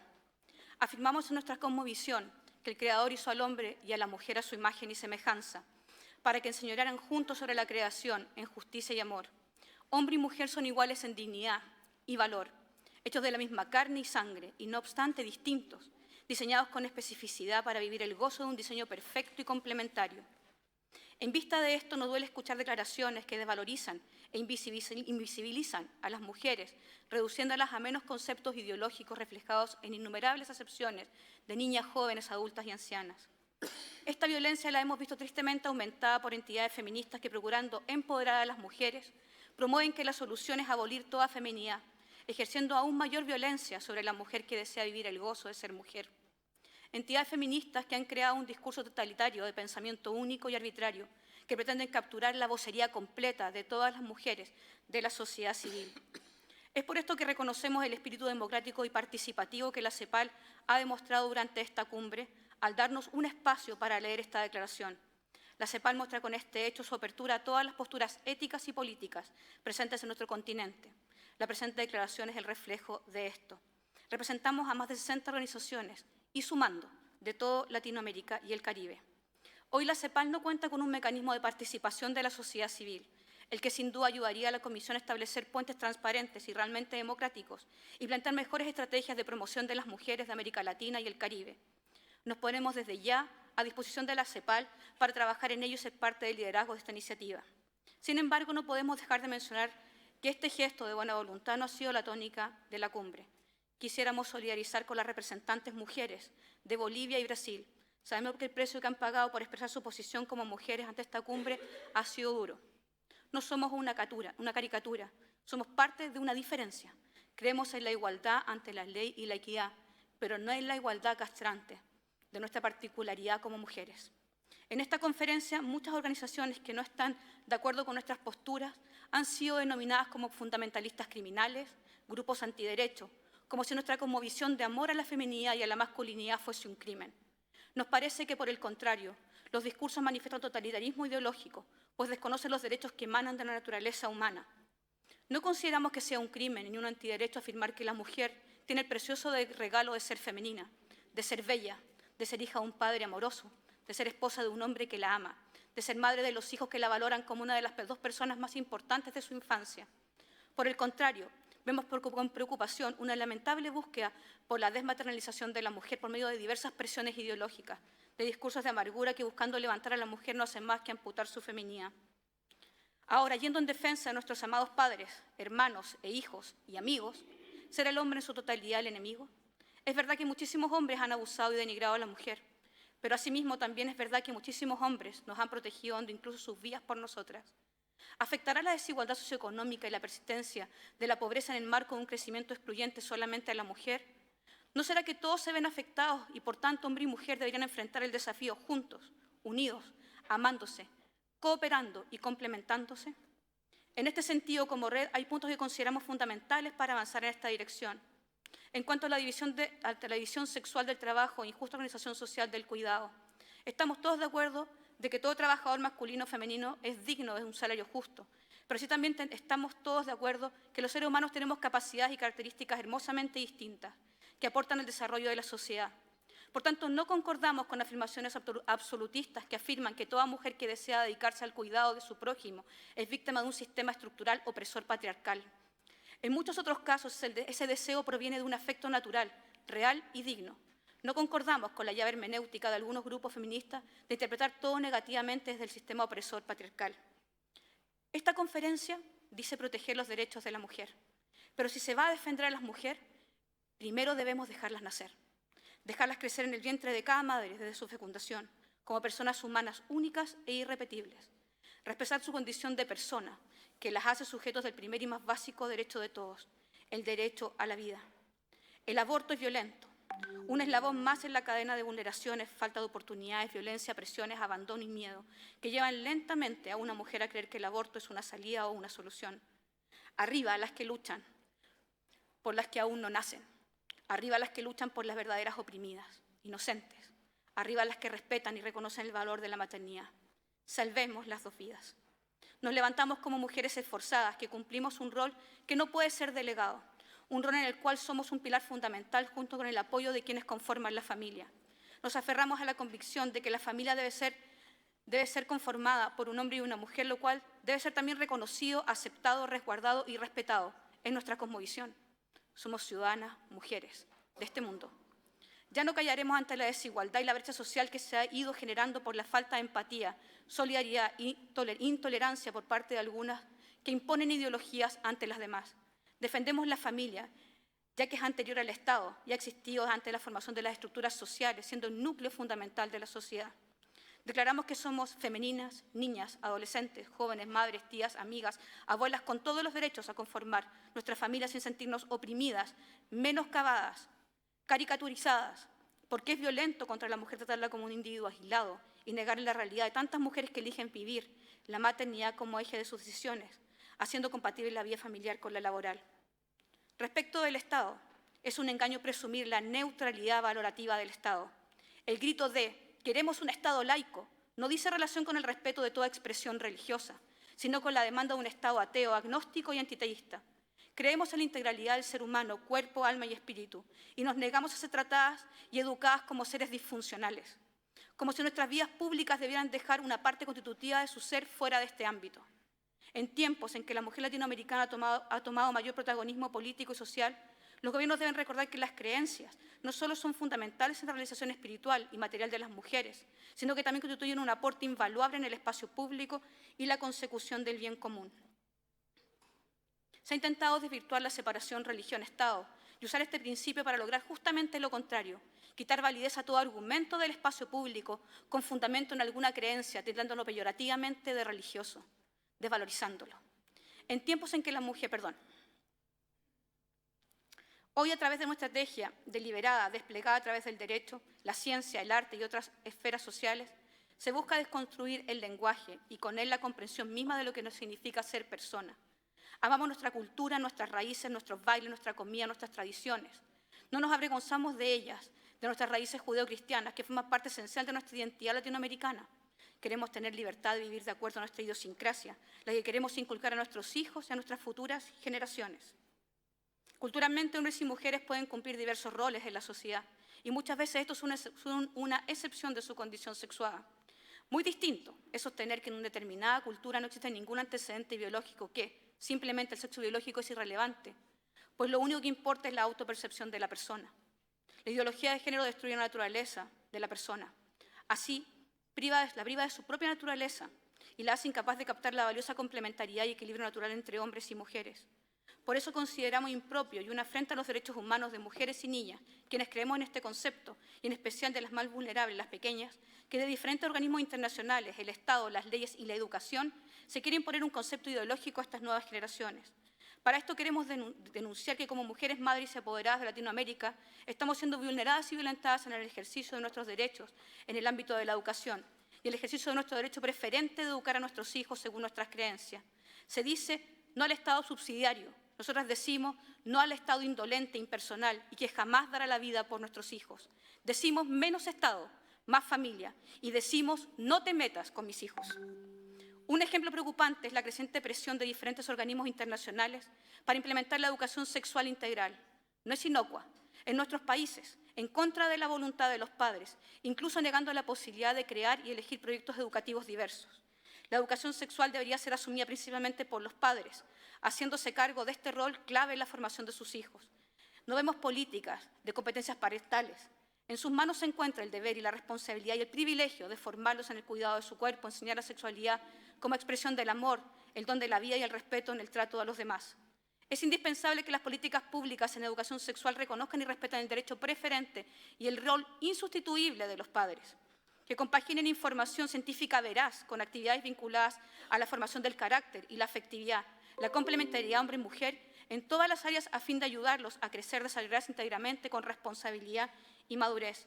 La ESI actualmente no abarca este pensamiento, más bien está diseñada para la entrega de información y material explícito a niños y jóvenes, reduciendo la enseñanza no solo a la entrega de herramientas. Se estimula la curiosidad infantil, se les traspasa la responsabilidad de consentir o no en esta materia, aún no siendo maduros para ello. La ESI, lejos de toda evidencia científica, no presenta la abstinencia y la monogamia como elecciones razonables para vivir la sexualidad, ni como principales factores de protección para el aumento desproporcionado de la enfermedad de transmisión sexual y el SIDA o el VIH y embarazos inesperados. La democracia se construye con genuina participación, multiplicidad de voces y, sobre todo, fundamento en la verdad. La ideología no es la verdad, sino el intento humano de imponer una abstracción intelectual a la realidad para moldearla y manipularla. Como mujeres nos negamos a ser partícipes de la imposición de un pensamiento único.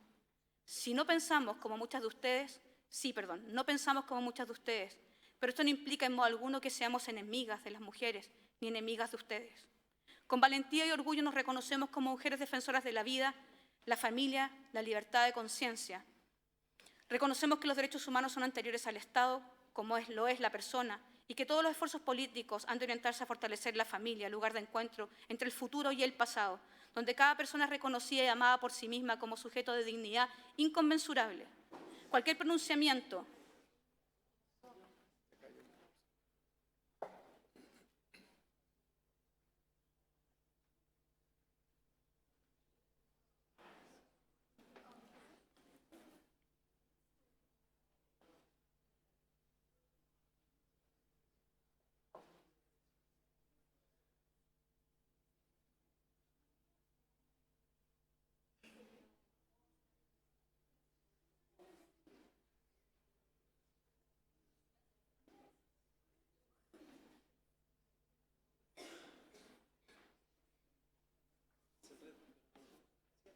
¿Sigo?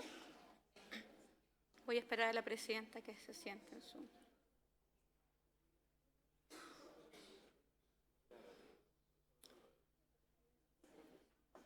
Ok. ¿Ya? Cualquier pronunciamiento político y cualquiera sea su apoyo que conciba los derechos humanos en clave contraria a la familia es expresión de una ideología alienante. Denunciamos con fuerza que el discurso de los derechos humanos adolece de este grave defecto. Las mujeres y organizaciones latinoamericanas firmantes de esta declaración que suscribimos, lucharemos cada día para que se respeten los derechos humanos, de modo que nuevamente la familia sea reconocida como el verdadero lugar para el desarrollo virtuoso y feliz de cada persona. ¿Por qué ahondar en argumentos de odio y división? Si podemos, hombres y mujeres, trabajar en pos del amor incondicional del uno por el otro. ¿Por qué insistir en violencias y rebeldías, resistiendo el hecho de que la mansedumbre es un valor de inagotable riqueza? ¿Por qué posicionarse con soberbia por sobre los demás, desechando la grandeza de la humildad que reconoce la propia necesidad del otro? ¿Por qué luchar contra el hombre en vez de enseñarle a amar, algo que nos es natural a las mujeres? ¿Por qué posicionar a la mujer con violencia en la cúspide y privarla del placer y el gozo de un carácter piadoso, manso y humilde? Queridas oyentes, ¿por qué no detener el frenesí y el fragor de la batalla y declarar la paz? Amadas familias, amados hombres, amadas mujeres, no estamos solos y en nuestra cosmovisión estamos con aquel que derramó su sangre por nosotros. Y es un hombre, y su nombre es Jesucristo. Las invitamos a conocerlo.